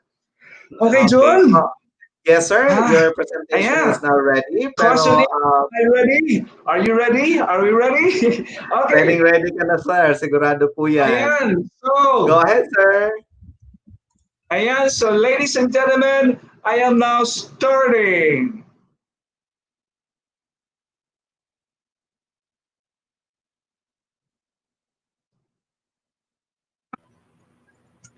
Welcome to our plenary session 1, the art of reading o kalikasan ng pagbasa. Please allow me to speak in English and Filipino since our participants are composed of Filipino and English teachers. So, sabay niya ako mga kaibigan as we highlight the essentials in reading. Okay, we have reading is fun and exciting. Reading is exploration. Reading is the inhale. Writing is the exhale. Ang gandang combination, no? Then reading is building connections. And the last one is reading changes everything. And now I would like to present to you our session objectives. Okay, first, examine the teaching practices that will help uncover their beliefs in the reading process. 2, explain the nature of reading. 3, realize that the reader has a significant role in the reading process and that his attitude and motivation affect his reading performance, and apply research-based practices in teaching children learn to read and read to learn. Now, the key understanding. Reading is one of the fundamental skills a child needs to learn to succeed in life. It is also the foundation of one's ability to learn and ultimately the ability to function properly in an ever-changing society. Developing good reading habits is vital to a child's future, not just academically, but in everyday life as well. Then in addition, reading is essential to just about everything in life, from cooking to driving to just getting through school. It is important to start that at a young age and teach a child the value of reading so they will grow to practice it often and value the ability to do so. Yet, reading is a very complex matter and new discoveries are made in the field all the time, requiring adjustments in the teaching process. And then as teachers, we make a lot of decisions that affect learning. This entails a thorough understanding of what learners need to learn, how to analyze their strengths, and how to correct any misunderstandings they have. And then take note, mga kapatid, na ang reading is a skill different from talent. Because a skill can be acquired, can be practiced, and then talent is God's given gift. So there's that difference. So in reading, we can always develop things. Now I'll give you the warm-up activity. I want you to get this time a sheet of paper or any scrap paper and a pen. And then I want you to answer with two options, whether agree or disagree. Dalawa lang ang pagpipilian natin. Pag agree, that means payag ka, pabor ka. Pag disagree, yun, hindi ka pabor. Are you ready? Now, I'll give you question number 1. Before children learn to read, they should know the sounds of most letters. Agree or disagree in 5 seconds. 5, 4, 3, 2, and 1. Time is up. Answers up, please. Ayan, so the answer is agree. Ito na mga kaibigan, that the awareness of the sounds of the language is a fundamental skill in learning to read. This leads to associating the sounds like phonemes with the corresponding letter symbols like graphemes or graphemes. Okay, now, number 2. The symbols like letters or words there are in a text, the longer it will take to read it. Agree or disagree? 5, 4, 3, 2, 1. Time is up. The answer is disagree. Ayan. You know what? This is actually true. But if smaller sense units like words, phrases are combined into bigger coherent ones like sentences and paragraphs, the whole is much faster to read than if they are separate or incoherent. And now let's go to number 3. We gather meaning from what we read. Agree or disagree? 5, 4, 3, 2, 1. Time is up. The answer is, yay, it's disagree. The word gather implies that somehow the meaning of a text is there in the words and all we need to do is pick it up. Okay, congratulations for those who have checked answers. Let's move on to number 4. When one reads, one tries to find some cues in an effort to make sense of the text. Agree or disagree? 5, 4, 3, 2, and 1. Time is up. The answer is Yay! It's agree. When one reads, he tries to find some cues in an effort to make sense of the written text. Okay, let's move on to number 5. Visual information provided by maps, charts, or pictures help young readers store and retrieve information they have read. Agree or disagree? In 5, 4, 3, 2, and stop! Time is up! The answer is, ta-da-da! It's agree. You know what? Sometimes a reader does not have sufficient background information about a text. A diagram, a chart, or any picture cues can help young readers to better understand what they read. Kaya nga pala agree ang answer ninyo. And now the last one is number 6. This is it now. Go. A reader who is familiar with the subject matter of a text already has a basis for making sense of it. Agree or disagree? In 5, 4, 3, 2, and 1. Time is up. The answer is go. Agree. Congratulations sa mga tama ang mga kasagutan.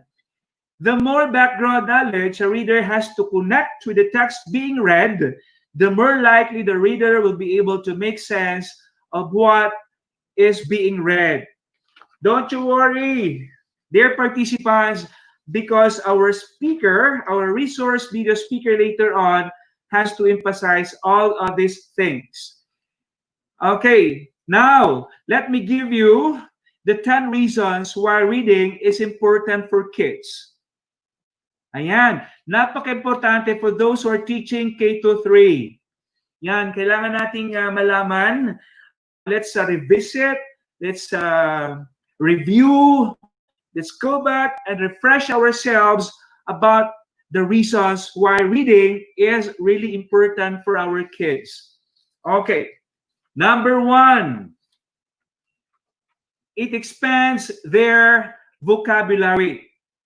You know what? While reading, they might come across words they have never heard, prompting them to find out what they mean. As a result, they add it into their vocabulary. Yan. So, our usual practice, no? Before, we look for dictionary. Yan. Kapag hindi natin naintindihan ang salita na medyo unfamiliar sa atin, dictionary kagad. Pero sa ngayon, ayan, di ba? Meron tayong i-google mo. So, napakadali. Okay. So, number 2, it makes them better at it. Bakit nga ba? You know what? Practice makes perfect. The best way to get better at reading is just to do it. Hindi lang sinabing practice makes perfect, mga kaibigan. Ang talagang katotohanan dito ay right practice will make command perfect. Practice ng practice ka lang until such time na talagang skill na yan ay madidevelop mo. Ayan. So number 3, it helps build independence and self-confidence. As they learn that they no longer have to rely on their parents to read things to them, they develop a sense of independence. Tama ka naman. Kasi at first, yung parents talagang gumagabay. Wag tayong mawala dun sa yung talagang katotohanan that the first teacher is a mother. Ayan. So the teacher now being partnered with the parent at home are both assistants, talagang to assist the learner both in the school and in the house. But then this time during this pandemic season, then the parent is really empowered to do so. Okay, so number 4, it keeps them safe. Bakit nga ba? Because you know what? Dahil sa totoo lang, traffic signs have words, and so do mga warning labels na nakikita natin anywhere. And then reading allows kids to understand when something says it could harm them. Yung mga postings di ba? Napaka-importante nun. Through reading, talagang safe sila kasi naintindihan kung ano ibig sabihin. But kung hindi ka marunong magbasa, yun. Paano nga ba kung nasa ibang country ka, iiba yung pagkasulat? So, ibang usapan na yun. Okay, let's move on to number 5. It helps them make sense of the world around them. Medyo global na ang dating, ha? As they learn to read, they are able to determine what things around them say, from signs to stickers to labels. Then being able to read helps them understand what is it and the purposes it serves. Ayan. And the number 6, it leads to their future academic success. A child must be able to read in order to even progress through school. And reading is essential to following the instruction on the test and being able to even understand and answer the questions. Okay, for number 7, it enhances their imagination. As a child reads, kumbaga, they can begin to imagine where the characters are. They might even create their own little world as well. And then reading enhances their imagination by forcing them to picture what the character actually looks like and who they are. Para bang sinabi mo sa katanungan bago ka nag-umpisa ng klase mo, mga kaibigan, nakapunta ka na ba sa ibang bansa? O nakakita ka na ba ng bagay na yan sa ibang planeta? Yun. Yung imahinasyon na yun sa pamamagitan ng pagbasa. Yung mga texts na yon ay magbibigay siya ng ideya. Okay, so the text being the partner of the reader, i-emphasize yan mamaya sa ating ng ating resource speaker. Okay, number 8. It entertains them. It gives something good to do, especially once they can start reading chapter books with no pictures, forcing them to really get their imagination and therefore really get into the books as well. You know what? Yung ako'y naging reading access center coordinator sa isang school. Yung reading center talagang ni-divide into 3. Yung una ay para doon sa recreational, yung pangalawa developmental, and then yung pangatlo para doon sa remedial. Doon tayo sa recreational.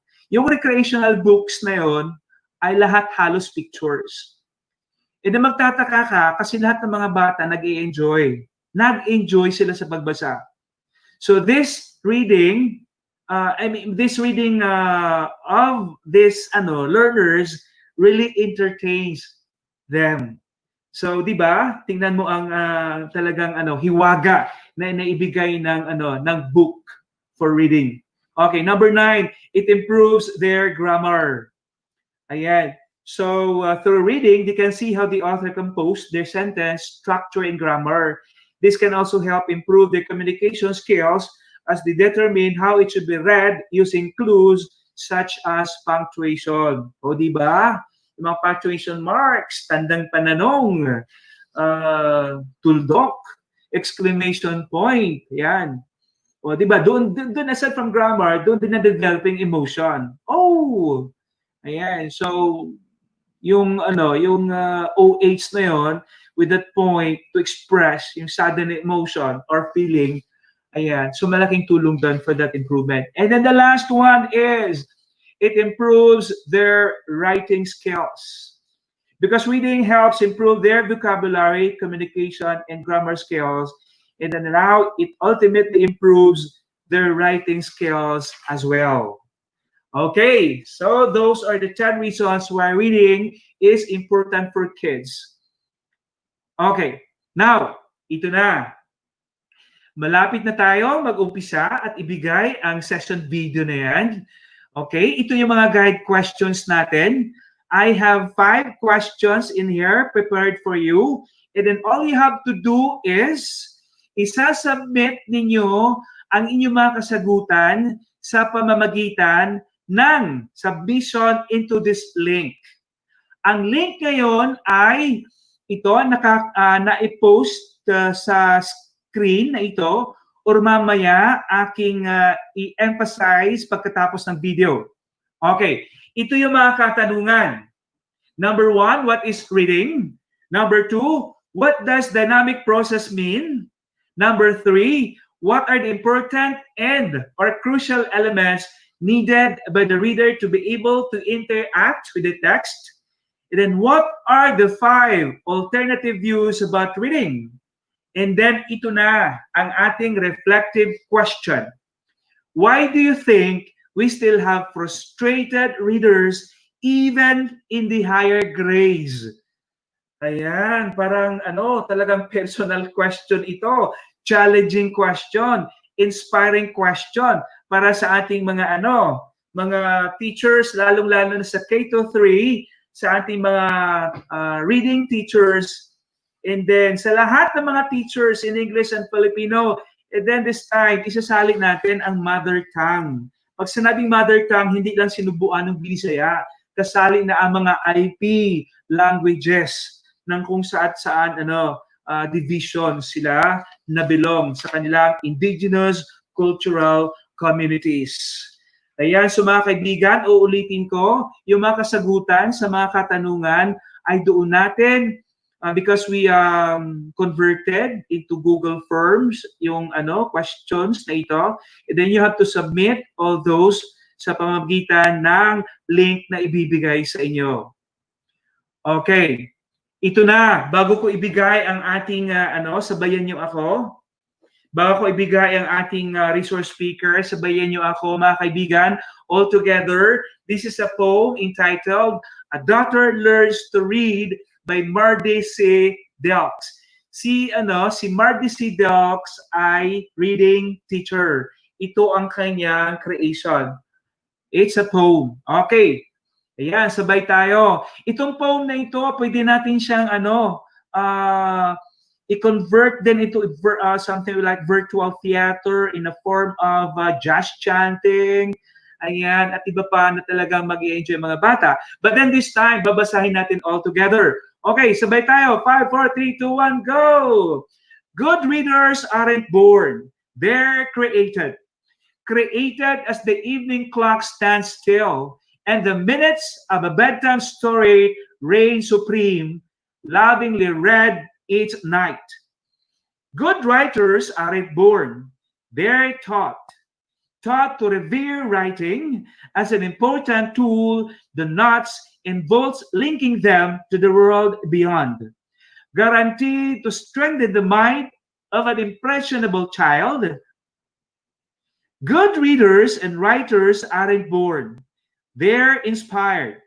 Inspired by teachers who value reading and writing as the keys to knowledge and success.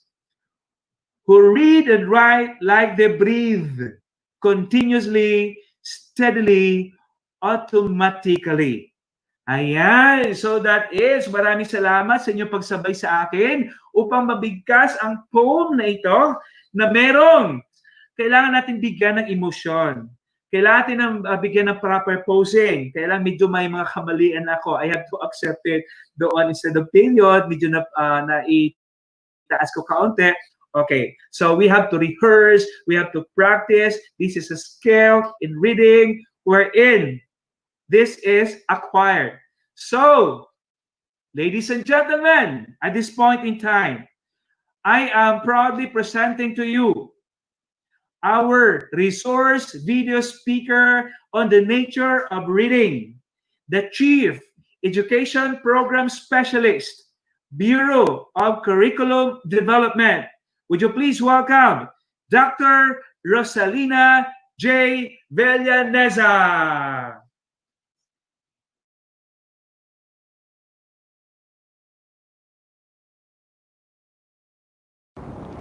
One of the many reasons why educators or we feel that reading is so difficult to achieve is that we fail to understand what reading is. And this session, as I present to you earlier talks about the nature of reading. So let us understand why reading, or what is reading. So reading is a dynamic process in which the reader interacts with the text to construct meaning. Let us focus on the word dynamic. What does dynamic mean? Dynamic means it's alive. So it's a process that is alive where the students interact with or the reader interacts with the text to be able to get the meaning. And inherent in that interaction with the text is the child's ability to activate prior knowledge and use different reading strategies and to adapt to the reading situation. What is the implication of that to us teachers? That it is important that we should be able to activate the prior knowledge of the readers so that they will be able to relate that to the text that they are reading. But in the classroom, what's happening in the classroom? Teachers or we just ask our students to open their book on page 5, let them read the stories and answer the questions on page 7. Where is that activating prior knowledge? How can our reader interact with the text when they don't even have any experience about the text? There are 5 alternative views about reading which were explained by reading experts. Number 1 is reading as a skill. Number 2, reading as a process. Reading as comprehension. Reading as development. And reading as a strategy. Let us talk about this one by one. The first one is reading as a skill. While readers' knowledge of language is recognized as an integral part of reading print, reading is viewed as a skill that is learned. In fact, reading is a unitary skill that we use to process text. So if reading is a skill, none of the learners can be categorized as frustrated readers because it is something that we can learn, something that we can develop, like cooking, driving. But the question is that what will it take for a learners to be able to learn that skill?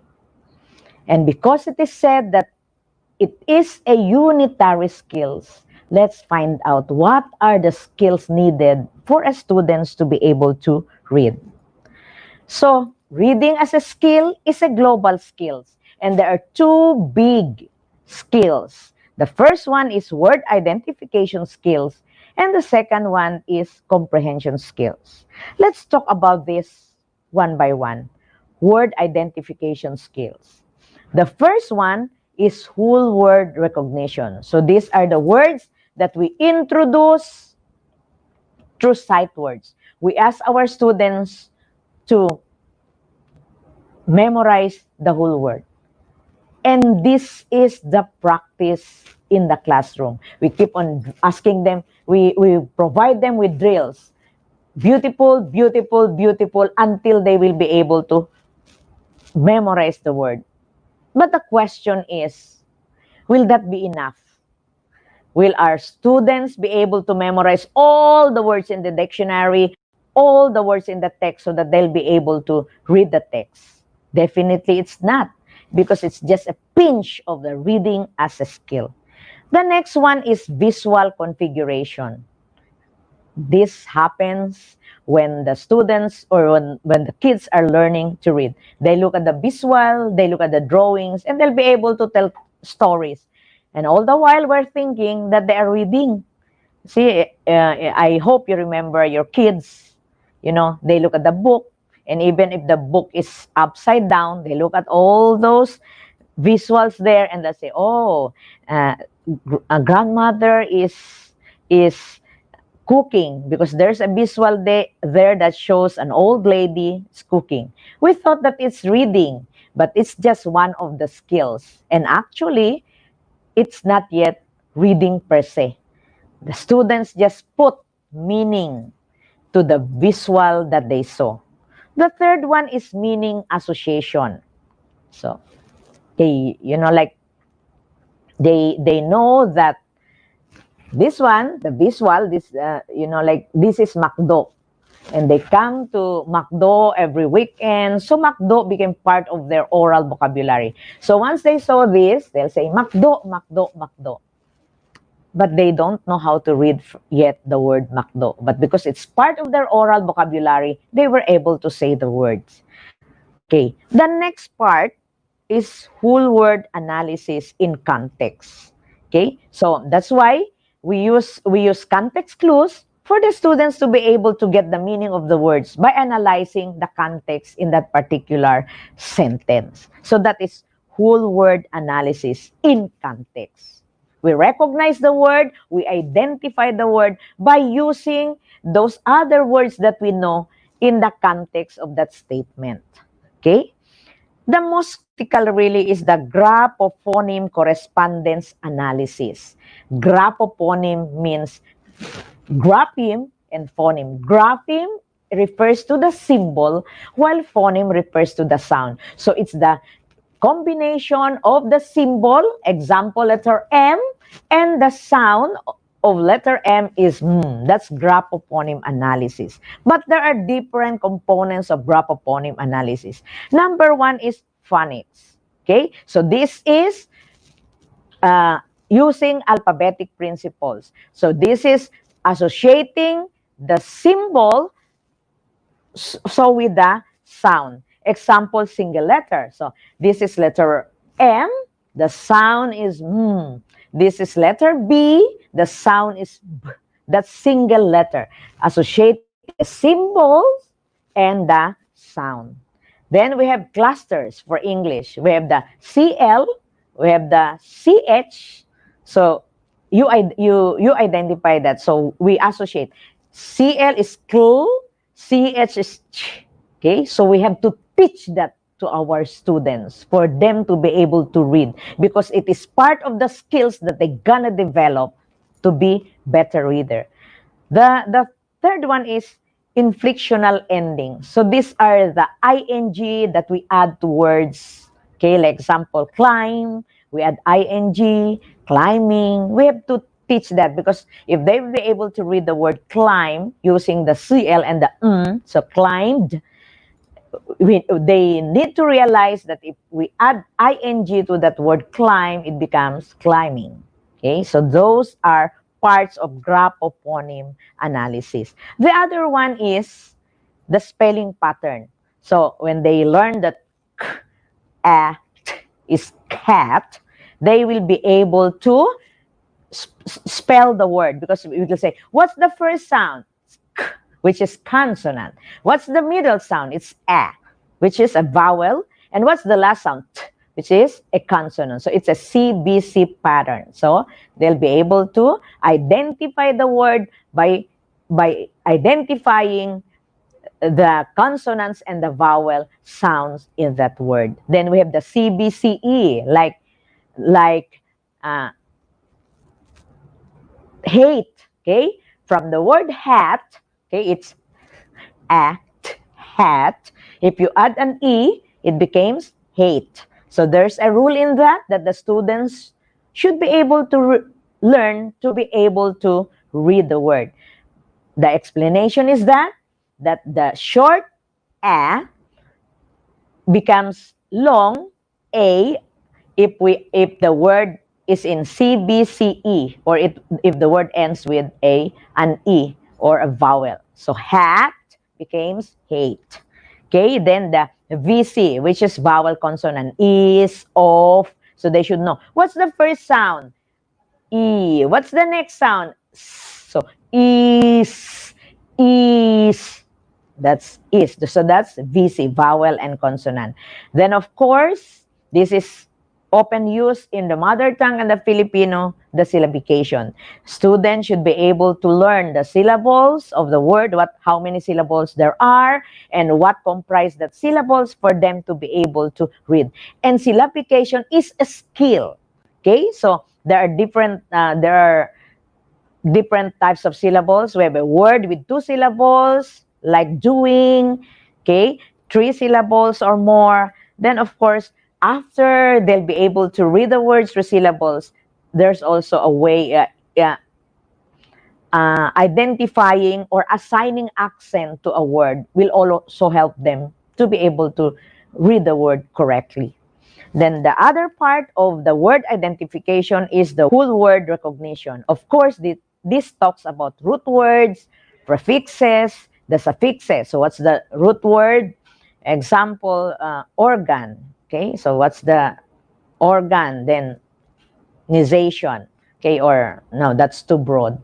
I think example of that is seedless. Okay, so what's the root word? Seed. What's the suffix rather? It's less. So what does seed means?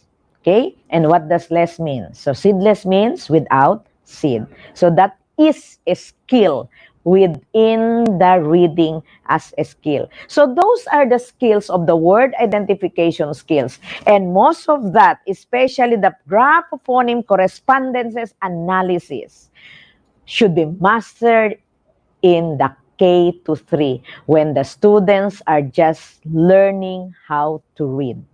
Okay, so the other part of reading as a skill is the comprehension skills. Of course, we talk about making generalization, determining cause-effect relationships, summarizing, noting details, getting the main idea, and the rest of the comprehension skills. That is the focus of the higher levels. But mind you, even in the word identification skills, comprehension is already there. Because once you know that, once you will be able to read the cat, and the teacher will show the picture of a cat, the learners will be able to understand what cat is. And maybe you can talk a little about the cat to broaden their understanding of what a cat is. Okay, so that's reading as a skill. So the skills against strategies, because they should go together. So what are the skills and what will be the strategies? Example, for main idea. So your strategy will be evaluate, summarize. Then for identifying details, your strategy would be predict, evaluate, and summarize. For sequence, you can use predict and summarize. For drawing conclusion, you can use predict and summarize. Cause effect, you can use predict, question, and summarize. And for compare and contrast, you can use evaluate and summarize. Okay. Because reading is a skill, as a skill is very difficult, there is a need for us to provide scaffolding. The first is teacher-centered. So if we talk about explicit teaching, it's I do. You model, you show them, you model the sound, you show them how to blend the sound together to form syllables, to form words like k, at, the sounds of k, and the sound of letter C, which is k, the sound of letter A, which is a, and the sound of letter T, which is t. Okay, so that's modeling. So there should be a mini lecture from the teacher. Then we have teacher assisted. So we practice together. We produce the sounds together. We read the word together. Then it could also be peer assisted. They can work with peer, and that is the we do part in the explicit teaching. And as soon as they master it, you allow them to do it by themselves. So that's you do. Explicit teaching, I do, we do. It could be with the teacher and with a peer, and you do, which is the independent practice. Okay, and in that way, it is already student-centered, where they apply the thinking strategies and the during independent reading strategies. Okay, the second one is reading as a process. Reading as a process is also known as the meaning-making process. So it provides an explanation of how reading happens.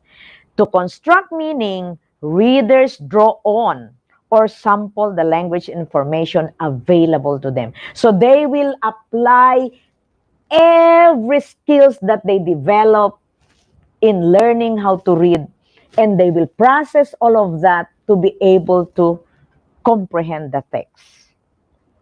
It's the part. But, you know, if you just ask the students to open the book and they will just read and answer the question, will you allow them? Do you allow them to process? And what will they process if you did not provide them the basic skills for them to use in processing the text that they are reading? Okay? So, according to a language-based model of the reading process, for the students to be able to get the meaning, the students will predict. So in predicting, they'll use the graphophonic language cues. Everything that they've learned about letter sound, correspondences, figure, configurizing the the elements that they saw in that text, okay? And then they confirm using syntactic language clues because they know that this is the structure of the language, so they can say that, oh, this is really teacher because it starts with okay. Those skills that learn in predicting how to read the words, and they will confirm because they use the syntactic clues that they also develop because it is also a skill. Then they will relate it to their experiences, they sample it, apply it, then after that, once they develop it, they'll be able to integrate it. It is only by then that they will be able to give meaning to what they're reading. So it's a process. But what is happening in the school, in the classroom? When we call the students, we want the students to answer the questions right away. We give them very little time to read. How can they process when they only have very little time to read?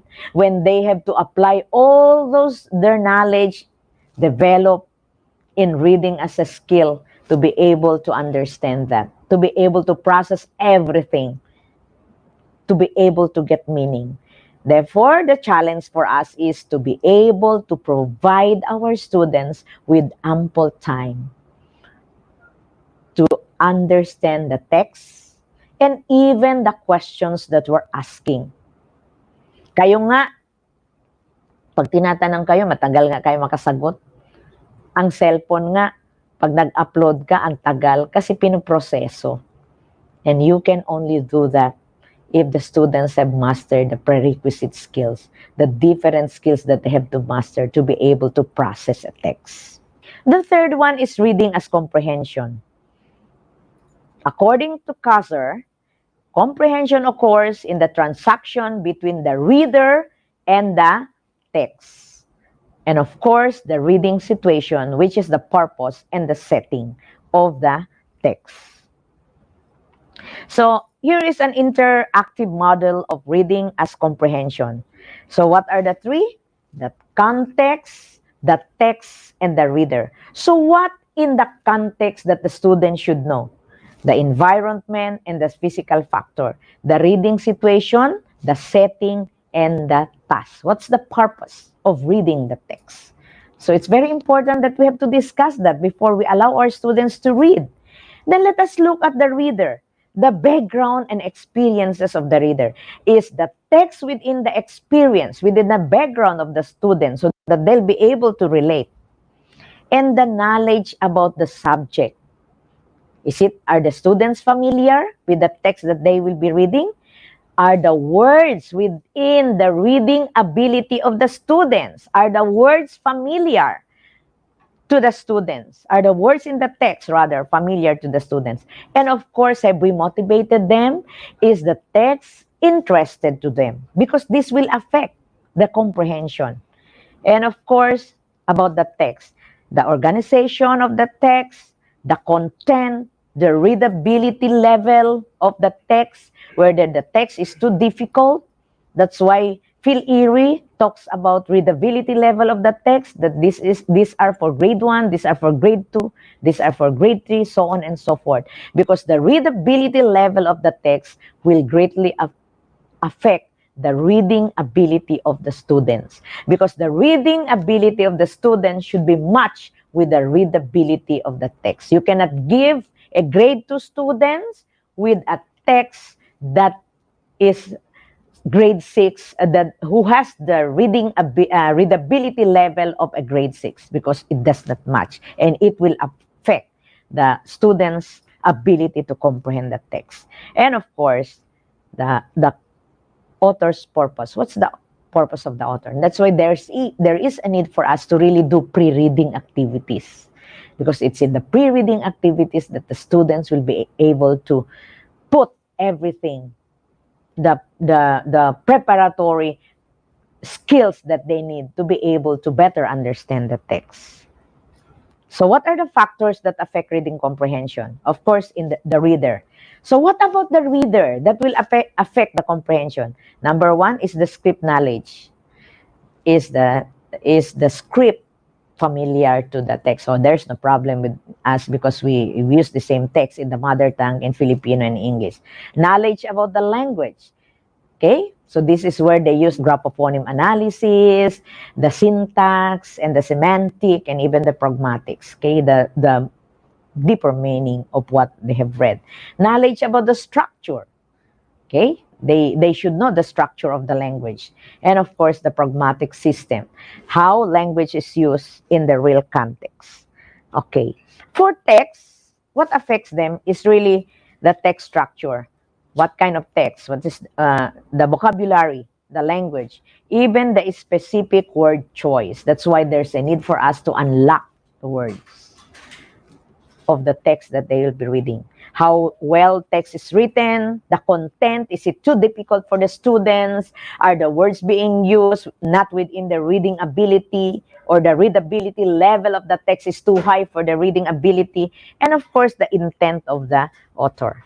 For content, it talks about the purpose. What's the purpose of the author in writing the story? And of course, the setting and the character. So the fourth one is reading as development. Reading is an interplay of one's experience, the oral language, and the ability to interpret written symbols. Okay? As you look at the diagram, it's always with the experience. This is also what Anderson stressed in his schema theory, that the background knowledge, the experience of the students really will help them comprehend. So we cannot give them a text that is not within their comprehension, because it's developmental. It should start from experience, followed by oral language. They talk about their experience orally, and later on, when you introduce them to a written text, they will be able to develop and comprehend the text, because it is part of their experience and it's part of their oral language, or the many vocabulary that they have in their oral repertoire of knowledge. Okay.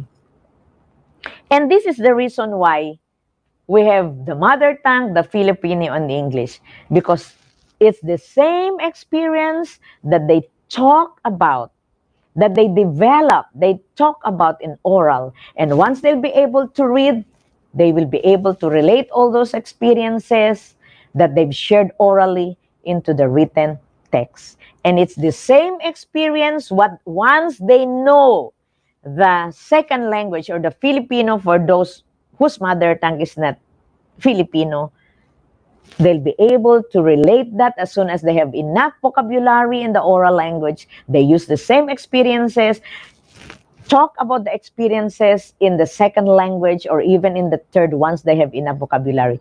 And it's the same experience, the same oral language skills that they will apply once they'll be able to relate those in the written knowledge or written text. So reading is development. It follows a system. There is no shortcut. They have to begin with experiences, use that experiences in the oral language, which will be discussed later once we talk about the big six. And the last one is reading as a strategy.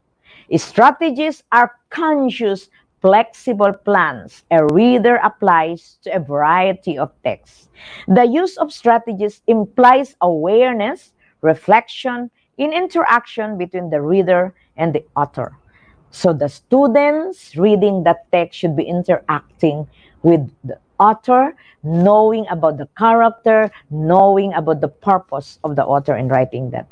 Strategies do not operate individually or sequentially, but are interrelated and recursive, meaning to say the different strategies that you apply we can be used all over again and again and interchangeably.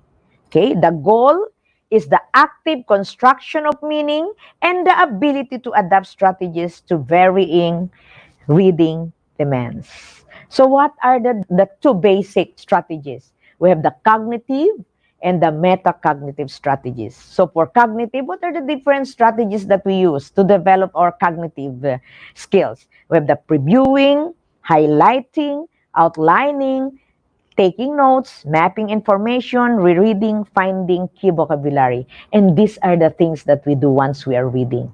See? So we need to develop all those. We need to provide our students with ample exercises to be able to use previewing, highlighting, by asking them to, okay, underline the words that you do not understand. Underline the words that give you the best meaning of what the text is trying to drive at.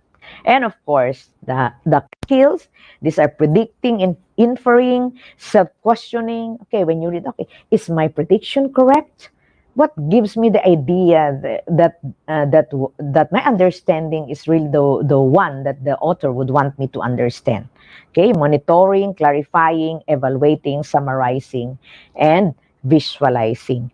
And these are critical skills for our students to be able to better understand what they read. So let us summarize. What are the 5 views about reading? Okay, and maybe before that we would be able to, shall we talk about reading? So what are the keywords about reading? That reading is what? A dynamic process. It's alive. The students should be able to interact with the text that they are reading. So it's never a dull moment. Then what are the 5 views? Reading as a skill. What's the takeaway? That reading, because reading is a skill, it can be learned. But because it is a very difficult and complex skill, it has to be taught systematically, explicitly, by doing, by modeling, I do, by working together, we do, and by allowing the students to do it by themselves. You do. So it's explicit teaching. The second is reading as a process. It's a meaning-making process. That's our keyword. So allow the students, give students ample time to read and ample time to apply the skills that they've learned to be able to read. Next is reading as comprehension. That the text, the context, and the reader is very important to be considered before we give the students a text so that they will be able to comprehend what they've read. The fourth one is reading is development, that it should always start from where the students are. From their experience, move to oral language before they will be introduced to a written one, which will be further discussed in the Big Six. And the last one is reading as a strategy. And there are 2 big strategies that our students should develop, the cognitive and the metacognitive strategies.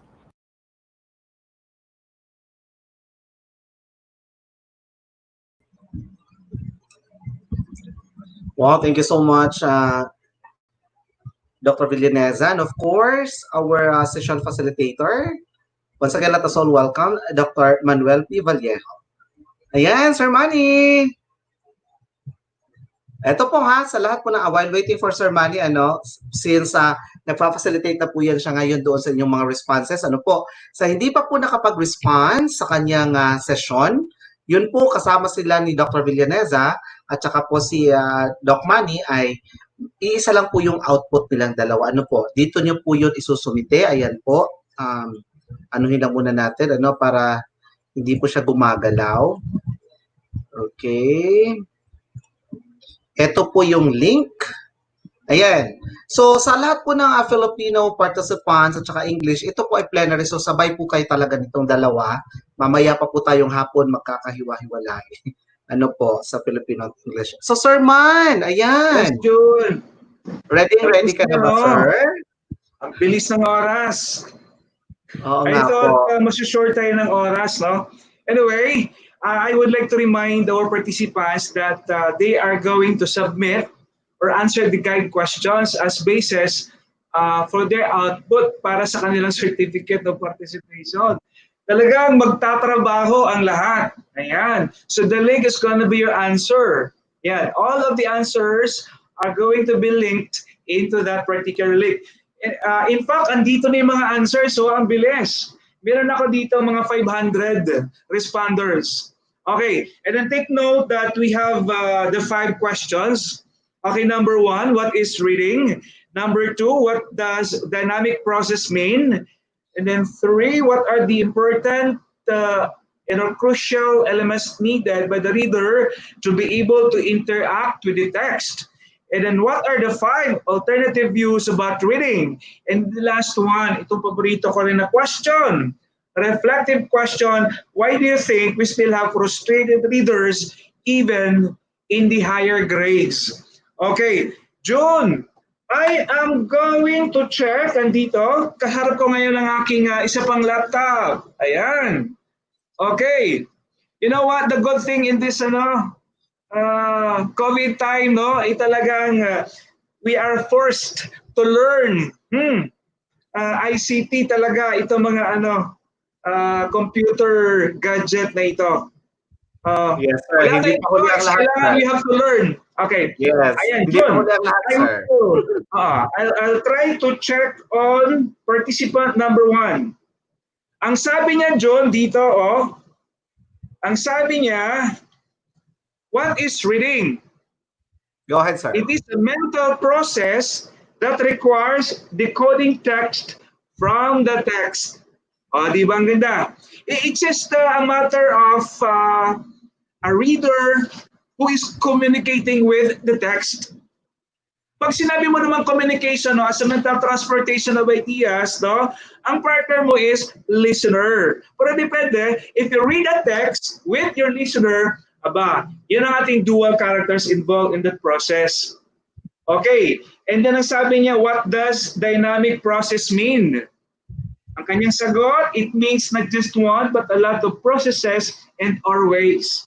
Ayan. So yung emphasis dito is, kung sinabing dynamic, it could be somewhat like, kung pwede nga lang face-to-face, so that the learning will really take place automatically, directly. Ayan. Okay, itong mga sagot na ito, June, ay mula sa division ng IGACOS, kay Teacher Manif Martizano. Ayan. Wow, Ano naman reflective question, John? Why do you think we still have frustrated readers even in the higher grades? Ang kanyang kasagutan ay, their foundation is not good enough. Ayan, so may punto siya dito. Yes. Well, pipili lang naman tayo dito, John, kasi sa lahat ng mga dito, mga responses, dami. Pipili tayo. Okay, next, we have... how about, sir, from other divisions? Okay. Sige. Pindot ako. Yan. Okay, I will check. Ito na, mula kay Teacher Michelle Langkibo, hindi nakalagay ang kanya. Davao Oriental. Yan, Davao Oriental. Mula sa Division ng Davao Oriental. Sige po. Okay. Ano naman sasabi niya sa reading, no? Sabi niya, reading expands vocabulary and it improves grammar. Yun, katulad ng sinabi ko kanina. And then, what does dynamic process mean? A step-by-step process. Okay, yung sa reflective question, sandali. Reflective question. Why do you think Yung we still have... sir. Why do you think we still have frustrated reader? Anong sagot niya, sir? Even in the higher level, poor comprehension. Yung sabi niya kanina, yung basic foundation talaga. Alam mo, John, talaga makakarelate ako because I used to be a reading coordinator. Yun talaga. Yes. So, itong mga tao ito, especially yung mga reading teachers, they are pretty aware of itong tatlong uri ng readers natin. They are classified into independent, instructional, and then itong frustration. Medyo hindi masyadong friendly pakinggan ng frustration, pero that's it. Ang independent, no, na level ay tutulong dun sa sa frustration at saka instructional. Malaking tulong. Yes, diba? sir. Okay, Ayan. so ibitinin natin ng kaunti. Ayan. You know what, June? Reading is also developing our pronunciation. Kaya nga sa 5th day, that is my other topic on the art of pronunciation. The basic sounds, the vowel sounds, the difference between the short and the vowel sounds. Ayan. So mayayari yan sa the 5th day. Okay. So, isa pa John dito. Aba, umabot na ng 800. Ang bilis. Ibig sabihin kanina, John, nang binigay ang link, aba kaagad, nag-answer na sila. But then they will still continue. Talagang pupunuin nila sa pamamagitan ng link. They really have to submit, no? In exchange of the participation. Allah, kailangan talaga sila mag-submit. Okay. Yan din natin makikita, sir, yung pakikilahok ng ating mga teacher participants because as you have said, meron tayong about 800 respondents. So, kulang pa yan actually, sir. Kasi marami pang magre-respond. So, expect na lulobo yan. Go ahead, sir. How about, sir, from other divisions naman po? Ano namang response nila with that? Okay, from other division, okay. Ruleta ng kapalaran. Ayan. This is coming from the division of Davao de Oro.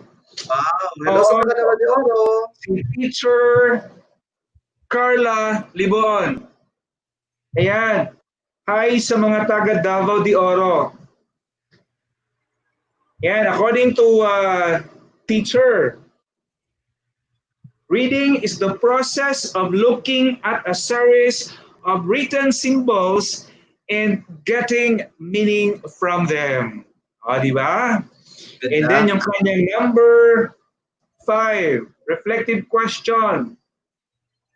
Why do you think we still have frustrated reader even in the higher grade? It is because students are not yet ready to read.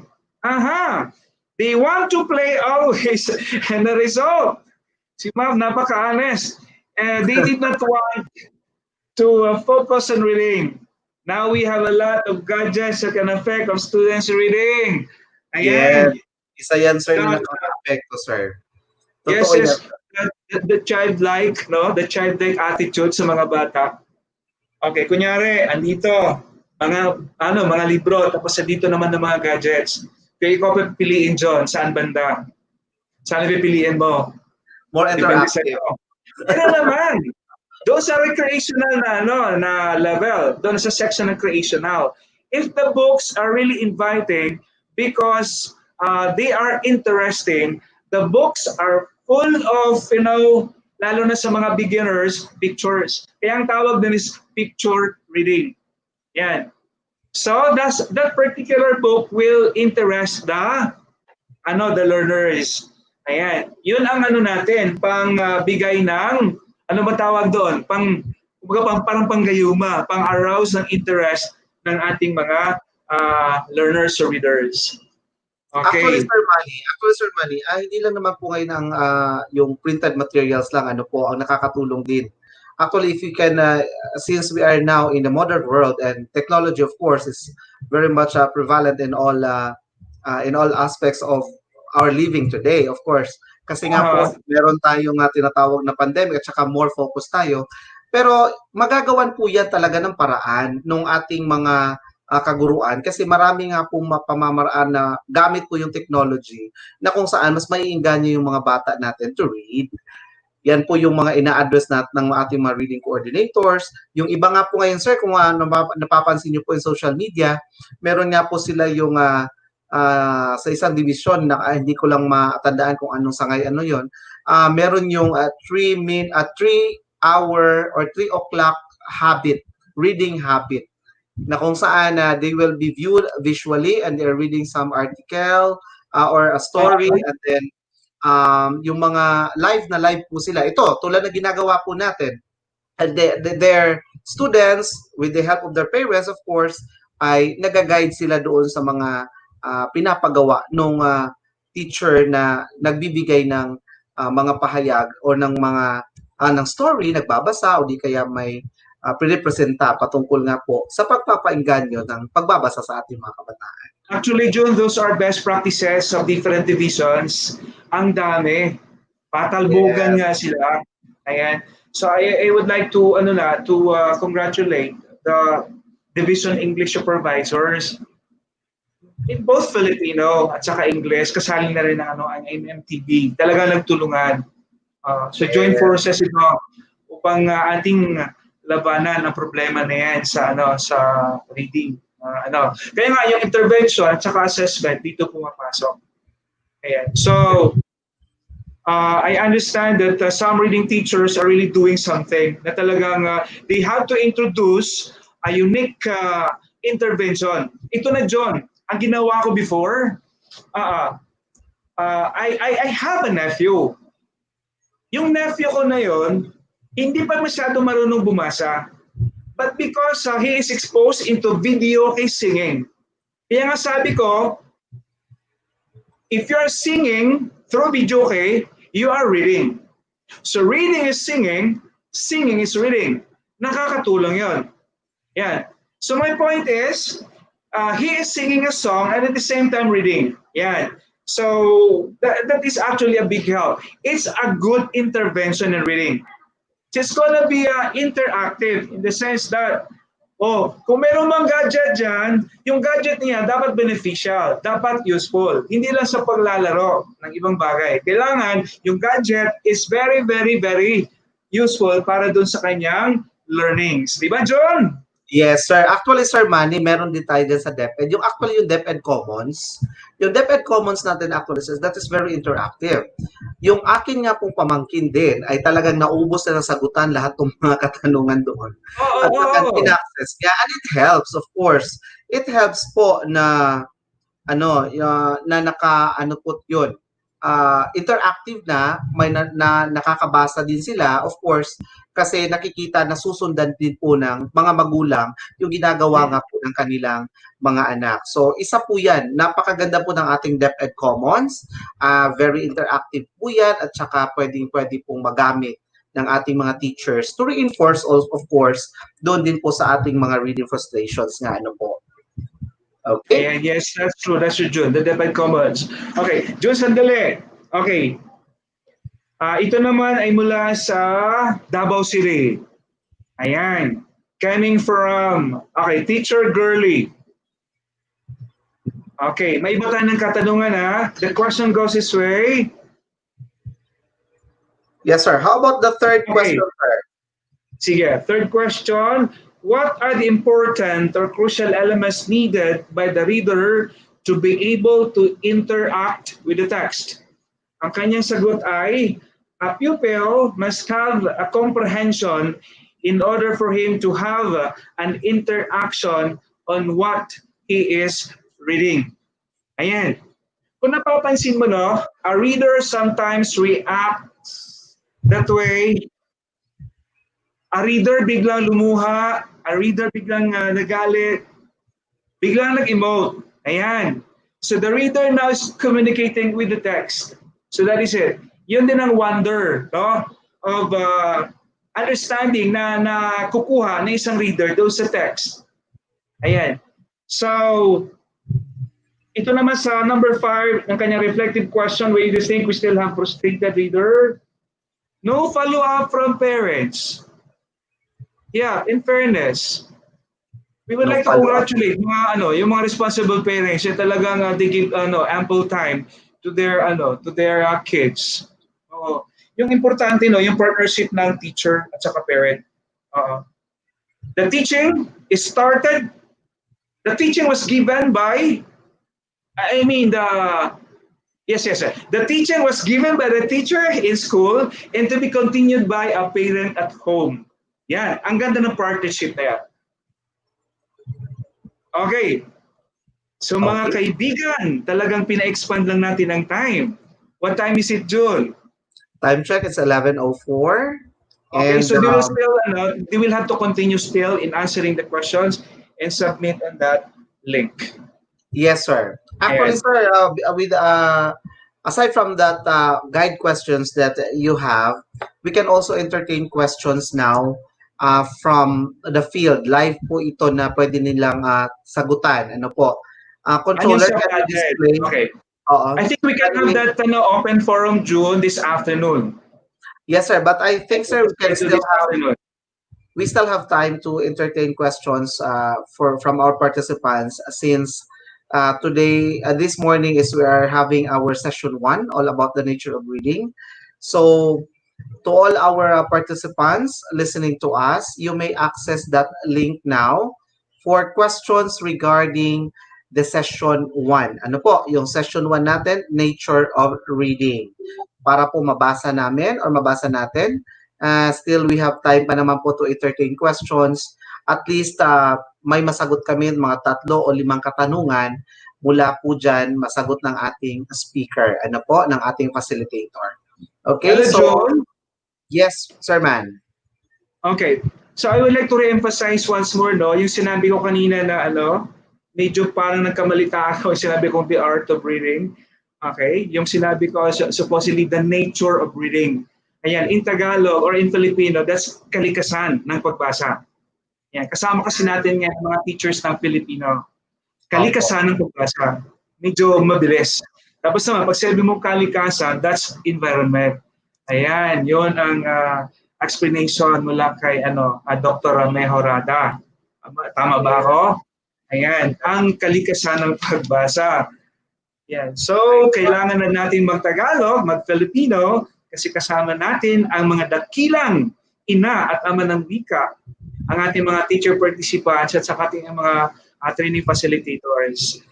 Ayan. So, ang hirap nito, we are on the hot seat. Ayan. So, we really have to deliver what is be expected on us. Okay. So, we are informing everyone that our breakaway session, John, mag-start tayo mamayang 1:00. And then for English, our topic is all about, may kopya ka dyan? Okay, sir. Ang handle sa English ay si Dr. Sumagaysay. Yes po, for this afternoon. Mamaya po Akala mo, John, yung mga speakers na yan nagkakasama this time. No. We are actually now, yung sabi ni John, we are virtually connected despite we are physically isolated, yet we are virtually connected. We are physically isolated but virtually connected. Okay, John, magbabasa pa ako, John. Wow, umabot na ng 2,453. I think, sir, bitinin muna natin yung yung katanungan mula dyan sa yung pinasagutan nating link kanina.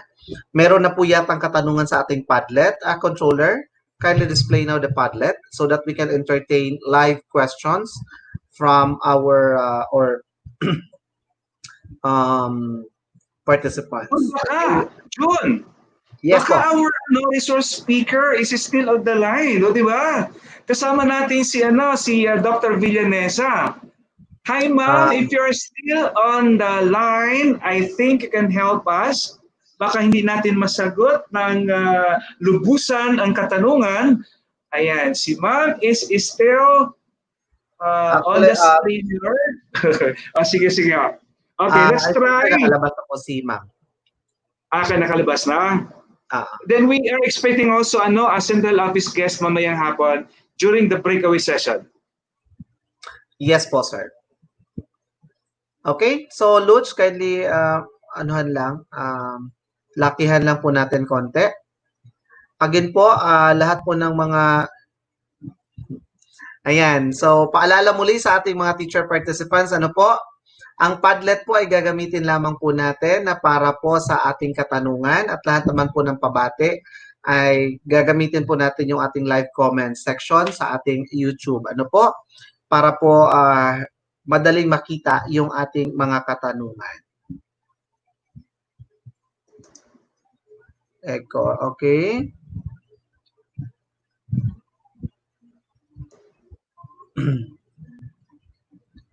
Okay. I think may mga sa lahat po ng aming teacher participants, ano po, paalala po, itong ating unang session ay this is a session for Filipino and English. Ano po? Filipino and English.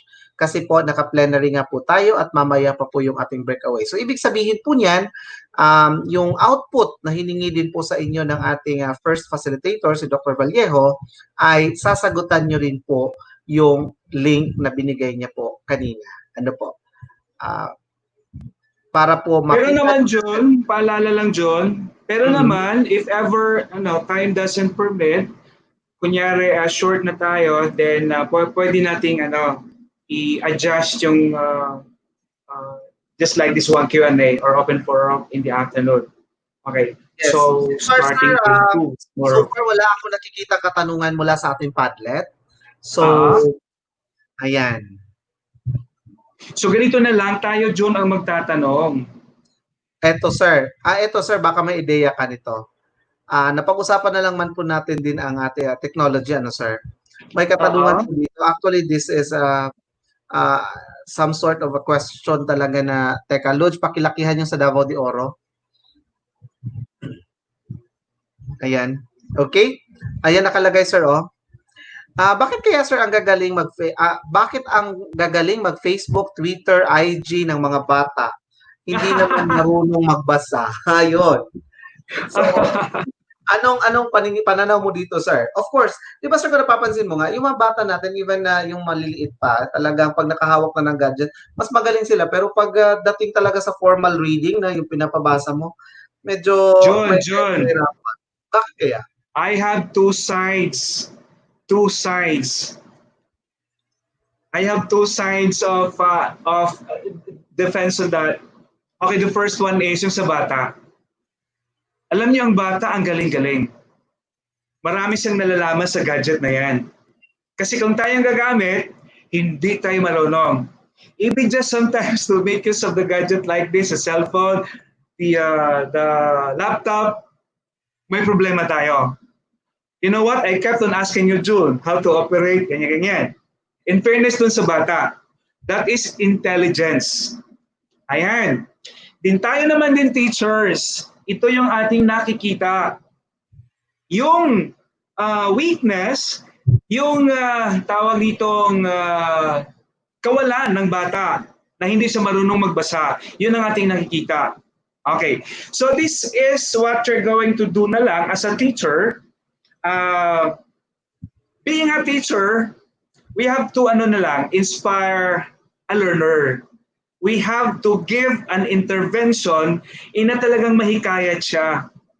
Kung medyo hindi siya walang epekto, then you have to look for another intervention, another strategy.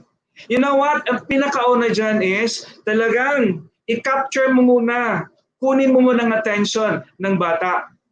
Kulang lang kasi ng time kulang lang kasi ng pagbigay ng special na attention sa bata upang siya ay maturuan. Okay, it's just basically doing something which you do not like. Yung bata hindi niya gusto magbasa. But then if you give something worthwhile na activity sa kanya, para bang isang pagkain na napakasarap, pero later on meron ka palang hidden agendum para doon. So something like that. So ang hirap fellow teachers, pero whether we like it or not, kapag ka ang bata nagawan mo ng paraan, kapag ka ang bata naging interesado sa pagbasa, wow, your soul will go to heaven. I tell you. Eh, sabi ni Ma'am Rose Villanesa, let's get mad, make a difference. Yan. Let's just not be selfless. Ano tawag doon? Tama ba yun, John? Let us be selfless. Kailangan, we have to, we have to give inspiration sa mga bata. Okay, John, muntik na akong maubusan.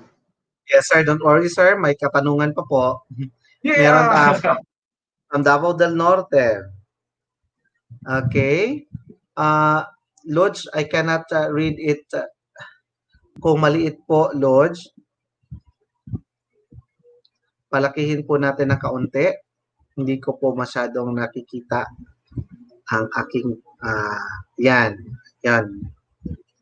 Eto, sir, there's a question coming from the Division of Davao del Norte. Is DepEd's mass promotion policy can be a factor of students' reading struggles? Again po, is DepEd's mass promotion policy can be a factor of students' reading struggles? Buti na lang hindi pinag-usapan ng PISA dyan, no? PISA, di pinag-usapan. Mass promotion. Learning struggles, reading struggles. Mass promotion against the reading struggles. Kung kapag may reading struggles, bakit may promotion? Sana wala. That's point 1. Dapat mayroong mass promotion para maka-inspire si teacher na talagang ma-eliminate ang reading struggles. Diba, John? Scenarios like those, yan, depende sa sitwasyon. Let's not blame the teacher for that matter, para lang sa akin. Though we have a different viewpoints on that. Pwede kasi natin sabihin na hindi natin i-blame ang teacher for this learner na talagang meron siyang struggle on reading. Ang daming i-consider na mga factors dyan. Diba? Environment. Yung kanyang relasyon doon sa bahay. Good for you, teacher, nagkaroon ka ng home visitation. Thank you for that. But despite of the COVID pandemic, I see teachers, I salute you. Congratulations. Pumunta kayo doon sa bundok. Andun sa gilid-gilid, pero nag-observe ng social distancing.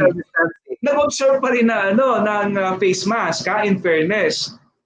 Wow, I salute you for that. Talagang ginawa ni teacher ang lahat ng kanyang makakayanan. Pero ganun pa rin minsan, ganun pa rin. Yan. But because of your nobility, but because of your heroism, the learners are going to develop somehow, gradually. I'll give you example. John, ito na. Medyo emotional ang istoryang ito. Kasi dati English department head ako. Sabi ko sa kasi may mga failed student siya. Sabi ko, Ma'am, please do something sa mga batang ito kasi bumagsak. Ang ginawa niya, nagkaroon siya ng home visitation. Nang bumisita siya sa bahay, June, pagdating niya doon, parents of course, galit ang parents, hindi siya hinarap, muntik na sila mag-away, umuwi siya ng luhaan. Ang ginawa ng teacher ay ganito, kasi ang bata, nagdadrive ng tricycle, sinakyan niya, tapos kinausap niya. Unang-una, dear teachers, you are going to capture the hearts bago mo ibigay kung ano yung dapat mong itulong sa bata. It's very hard kasi na gumawa doon, para pag isang hayop, amu-amuhin mo muna. Aamu-amuhin, tama bang Tagalog ko? Tapos mamaya, magiging close na kayo. Doon natin ibigay ang dapat para sa bata. Di ba, John? Yes Okay. po. Dapat makuha niyo muna yung loob ng bata kasi pag Oo. panatag po yung batang yan, at ibig sabihin nito is yung kapag ano po siya, yung parang maisip niya na, uy, I belong. Parang ganun yung kanyang feeling.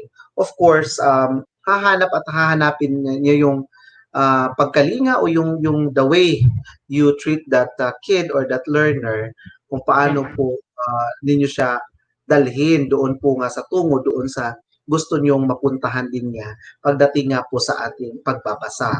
Ano po? Yes, Okay. yes.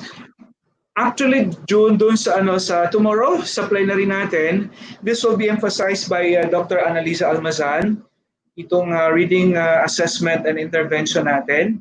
And then she's going to emphasize or highlight rather on yung 8-week intervention na pinagbibisihan ngayon ng ating mga division Fs in English, Filipino, and MTB. June, ito na. Ipasok ko. Munti ko na makalimutan. Buti lang naisipan ko. Ayan. This is actually based on my experience when we monitored our schools in different divisions. Ayan. I am actually amazed with the reading corner. I am amazed too with the reading center. Yung kasi mga schools na wala masyadong rooms, reading corner. Pag medyo sobra-sobra rooms, meron silang reading center. Ganito ho, ang comment ko lang mo sa ating reading corner. Ang reading corner ninyo napakaganda. Very much appreciable. Dahil ganito nakita ko. Pagpasok ko pa lang, wow! Ang dami mga burluloy, ganyan, ganyan, ganyan, ganyan. Okay. Yung comment ko number 1, kasi according to research, nakalimutan kong ibigay. Dahil doon sa sobra-sobra, yung mga bata malilito. Yan. So, ang aking advice ay ganito. That instead of reading corner na nakapag-minimize, minimize ng spasyo doon sa classroom, gawin na lang reading display. Reading corner pa rin, pero reading display corner. Parang gano'n. Reading display corner. Yung gano'n. So, ibig sabihin, display of books lang yun siya. Hindi siya reading corner ni talagang lugar. Kasi sabi ko sa teacher, ma'am, bakit ganito? Kasi bakante sa loob, nakabawas ng espasyo. Sabi, doon daw magbabasa ang bata sa loob ng corner. Yan. Ang sabi ko naman, that's impractical, ma'am. Kasi ang bata dapat kukuha ng book tapos balik siya doon sa upuan. Hindi siya kapanipaniwala yung mga bata doon sa loob masisiksikan. Well, I do understand the reading styles ng mga bata. Kasi nakahiga doon sa yung rubberized mat tapos nagbasa yun tapos yun ang kanyang style, mabilis yung kanyang pangunawa, okay lang. Pero that would be 1 or 2.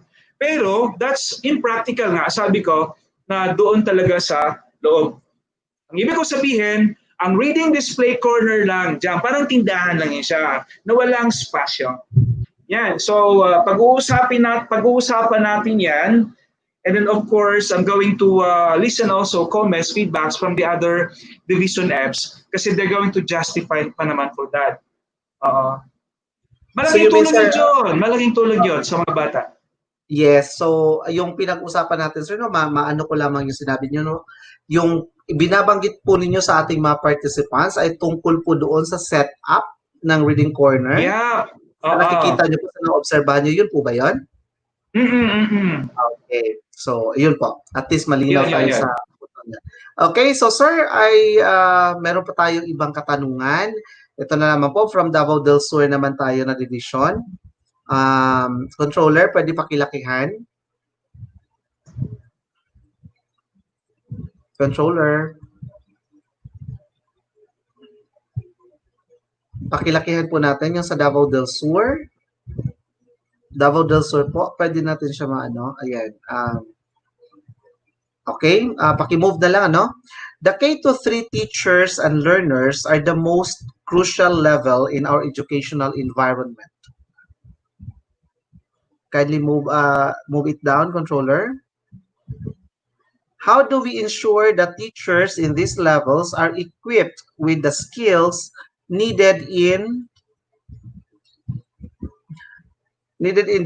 teaching reading? Again, kindly again, sir, allow me to read it again. The K to 3 teachers and learners are the most crucial level in our educational environment. How do we ensure that teachers in these levels are equipped with the skills needed in teaching reading? Ayan, sir. I think this is ano, sir? Yes, that is from Davao del Sur.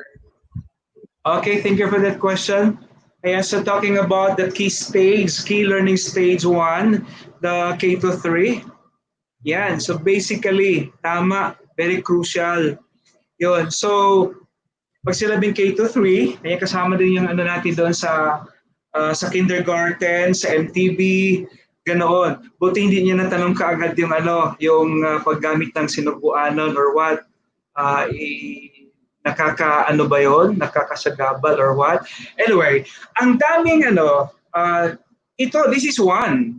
Kanya nga we require our teachers ng K to 3 na talagang lahat sila ay mag-attend ng webinar na ito.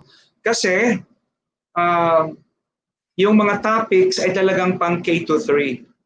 Aside pa doon para sa junior high at saka senior high, particularly in the reading teachers or reading coordinators. Ayan. Madami kaya siya, ma'am, sir, ang naibigay nating mga trainings para sa ating mga K to 3 teachers. Then aside from that, I do believe that our division EPS in English, Filipino, and MTB are doing some initiatives. Nagkaroon din sila ng kanilang mga iba't ibang trainings. Yung mga iba nga sa mga schools ninyo. Ayan. Aside sa ating mga national na mga trainings na binigay. So malaking tulong yun. So then aside from that, as K to 3 teachers, because your basic role is really to give full responsibility in terms of reading implementation, reading a strategy na karapat-dapat para sa ating mga K to 3. Ayan. Kasi pag sinabi mo K to 3, June, yun ang pundasyon dapat. So, yes, yun talaga ang pinaka-critical stage pagdating doon sa pagtuturo ng pagbasa. Of course, yun yung pinaka-foundation, and of course, kailangan din po natin, of course, yung mga magagaling din na teachers na andyan, na kung saan, hindi lamang po talaga may puso at dedikasyon doon sa pagtuturo, kundi yung may pasensya din po sa ating mga kabataan. Ayun po. Kasi ang tandaan po natin, ang ating mga learners ngayon ay kabilang na po sa tinatawag natin na Generation Z, na kung saan itong mga learners na ito, itong mga kabataan ito ay talagang mas sanay at mas hiyang gumamit ng mga gadgets, yung attention nila ay talagang nakaka-focus po doon. So, I think bilang isang guro ay makisabayan po tayo, hindi naman po sa tayo yung magpapahuli-huli doon sa ating mga kabataan because they are really proactive. At the same time, talagang po nila sa exposed sa gadgets. But then, yun nga po, it's a matter of strategizing, it's a matter of, yung sabi mo nga kanina, Sir Manny, it's a matter of how you handle that kind of learner, kung talagang para makuha mo yung kanyang atensyon. Yun nga, pinaka-basic, tulad ng experience ng Sir Manny, kasi Sir Manny po, para sa kaalaman po ng lahat, ito po ay national awardee po sa reading. At hindi sa national yun. Saan ba yun? Saan ba yun? Fake news. Ano yun? Hindi. Pero isa po siya. Pero at least maganda po yung na niya. Kasi yung pinaka-basic po, talagang kukunin natin yung loob ng ating mga learners. Pero you know what, John? As we all know that the gadget is really beneficial, di ba? Napaka-useful nito. Gaya ng vitamins, di ba? Vitamins are very useful.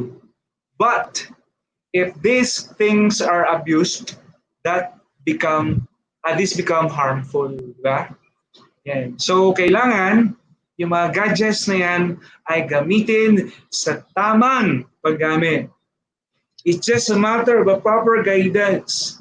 Kaya nga, teacher as parents, parents as teachers, let's hold our hands together in helping.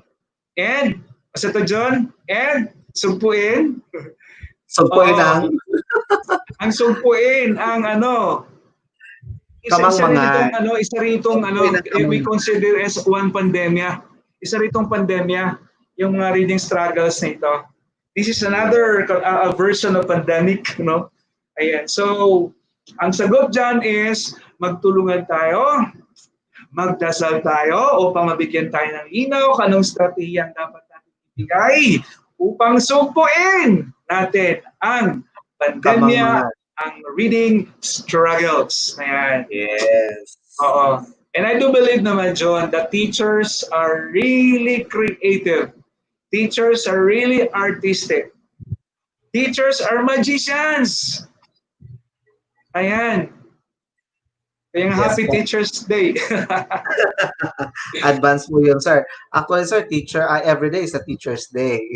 Kasi, of course, we are keep on learning, we are also keep on teaching. Kahit nga po ganito, di ba? Kahit sa mga lang natin, sa ating mga pamangkin, sa ating mga anak, or sali ko na ba sarili ko? O yun, ganon. We are always learning and we are always teaching also. And of course, it's a matter of how we handle our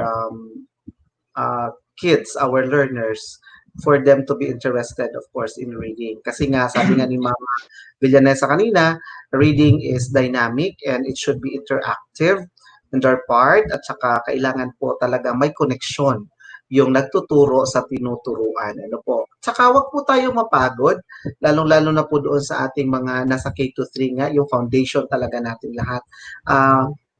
Talagang habaan yung pasensya natin. Of course, this is our duty. Dapat natin itong gampanan. Hindi lamang po dahil ito ay ating sinumpaang tungkulin bilang mga guro, pero tayo po yung simula ng pagbabago at makakapagbigay ng mas maayos na kinabukasan para sa ating mga kabataan. Ayun.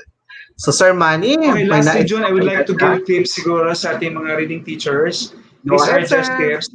You know what, I am into virtual theater. Ang ibig kong sabihin is, kahit sa pagbabasa, kunyari ang bata nakikinig, tapos ka naman ng teacher, parang explicit teaching, di ba? I do, you do, and we do, di ba? Okay.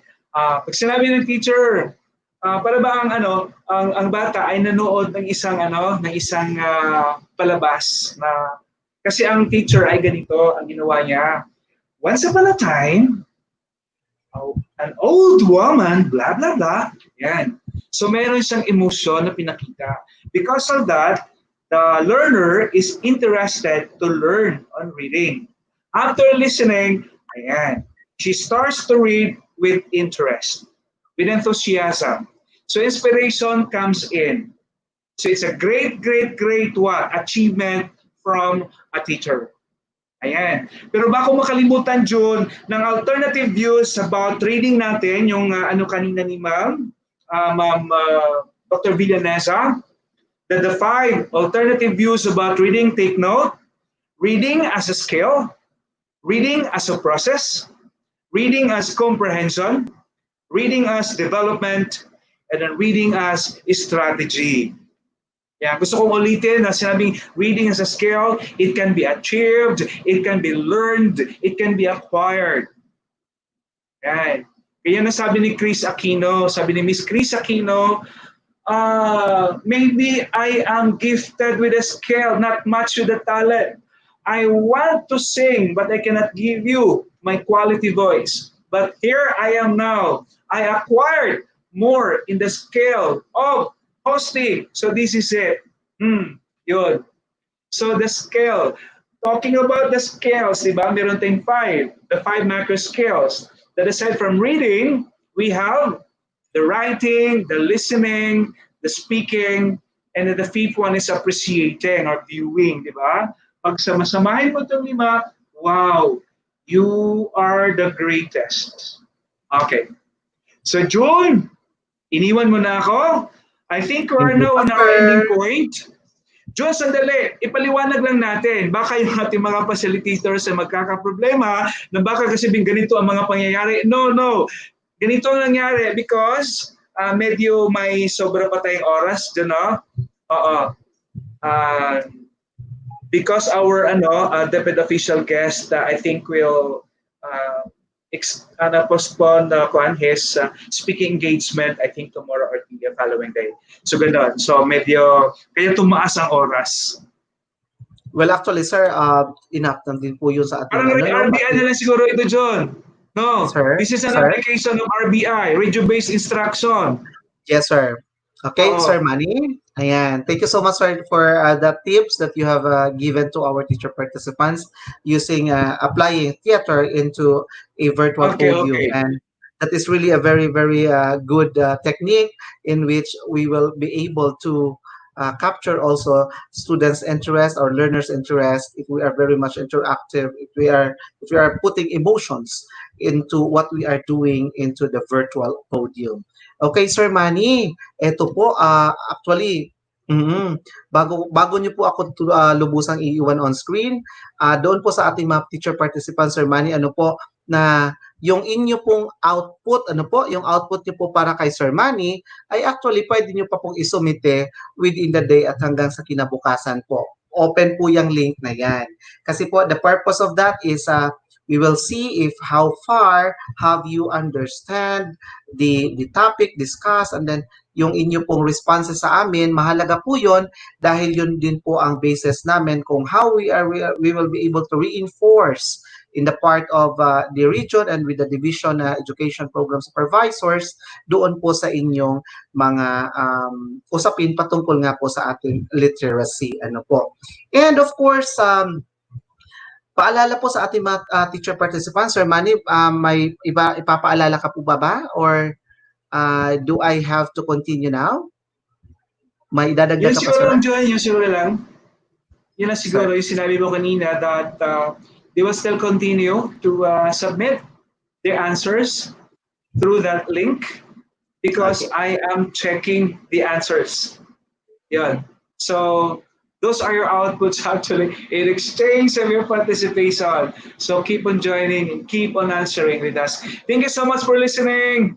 Thank you so Thank much, you so much. June. Thank you so much, Dr. Rosalina J. Villanesa from the Central Office. God Thank bless you so us much, Sir all. Manny. God bless po, Sir Manny. Thank you so much po. Ayan. Okay, so natapos po ang ating session 1 para po sa both Filipino and English. Ano po? Okay? So, sa lahat po ng ating mga teacher participants, ano po, mamayang hapon po kasi, meron po tayong breakaway. Ano po? But then, originally po, tatapusin namin ng mas maaga po ang sesyon sa umagang ito kasi nga po, maaga din tayong natapos sa diskusyon patungkol po sa ating session 1. Para po mamaya, since now, ang araw na po ito, July 27 at 2020, ay nakaschedule din po ang pagbibigay ng SONA ng ating mahal na Pangulo. Of course, makikinig po tayo niyan kasi po tayo ay bahagi din ng bansang ito at meron din po tayong responsibilidad na dapat gampanan kahit tapos sa pakikinig sa ano na nga ba ang state ng ating buong bansa. Ano po. Pero hindi pa rin po masasakripisyo yung ating pagsasanay dahil po aagahan lamang po natin ang pagsisimula mamayang hapon sa ating session. Ano po? Time check, it's 11:36, so we will start at 12:45 this afternoon. Ano po? Okay, 12:45 po tayo.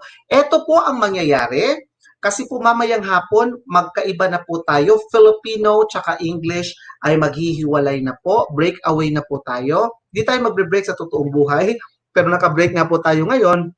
Pero gayon pa man, mamaya po ay breakaway natin. So may I request the controller to please now post the links para mamayang hapon kung saan sila papasok.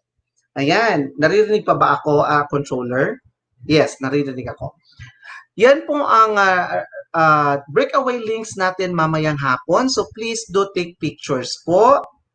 Ayan. Picturean po natin yung links na yan. para po makuha po ninyo yung ating breakaway session mamaya. Ano po? For Filipino, bit.ly/RTOLI-fil-D1-PM. That's regional training on literacy instruction Filipino day 1 p.m. or afternoon. For English naman, bit.ly/RTOLI-ENG or ENG dash D1 p.m. O, yun po ang papasukan ninyo mamaya. Ano po? Dahil magkaroon na po tayo ng breakaway session at meron po tayong dalawang session bawat grupo or bawat learning area. 2 sessions for Filipino and 2 sessions po for English. Okay? Now, eto po. Of course, ang pinaka-importante natin na LinkedIn. Ito po ha, wag po talaga kayo magkaroon ng kalituhan sa link. Ipopost po ngayon sa screen ang ating links po ng ating Katame. Requesting our controller to please post now the link for our Katame, ang ating evaluation link po. Ayan. So, pwede nyo na pong ilabas yata, controller, yung ating link, breakaway links dahil para makita po nila. Ayan po. Yung ating Patami link po na yan ay every now and then ilalabas po namin dahil po sa bawat session ay magkakaroon po kayo ng evaluation. Ano po? Magkakaroon po kayo ng evaluation in every session. So for example, ngayon nga po umaga ay nagkaroon tayo ng session 1 at i-evaluate po natin yung takbo ng ating session 1. Ano po? Okay? So yun po ang ating mga mahalagang anunsyo patungkol po sa ating mamaya sa breakaway po natin at ito pong links ng ating Katame. Ano po? Meron lamang po kaming lilinawin ano po doon sa mga nag-take ng ating pre-test. Doon po sana zero, yung tama naman po doon yung sagot nila or ano. Ito po yon ginagawan po ng, inaayos po yan ngayon ng ating technical team. At the same time po, pre-test pa po yon. Ang importante po doon, nakapag-sumiti kayo. Gayon pa man, since once na nga lang po kayo makakasubmit ng ating respond doon sa link na yan, ay aayusin po, i-retrieve po natin ng mas maayos doon po sa parte na ng technical para po makita magkaroon po ng solusyon yung inyo pong mga ipinapaabot sa amin. Pero gayon pa man po, rest assured po na yung inyong pagsusumiti ay automatic din po na nare-record po yan. Ano po?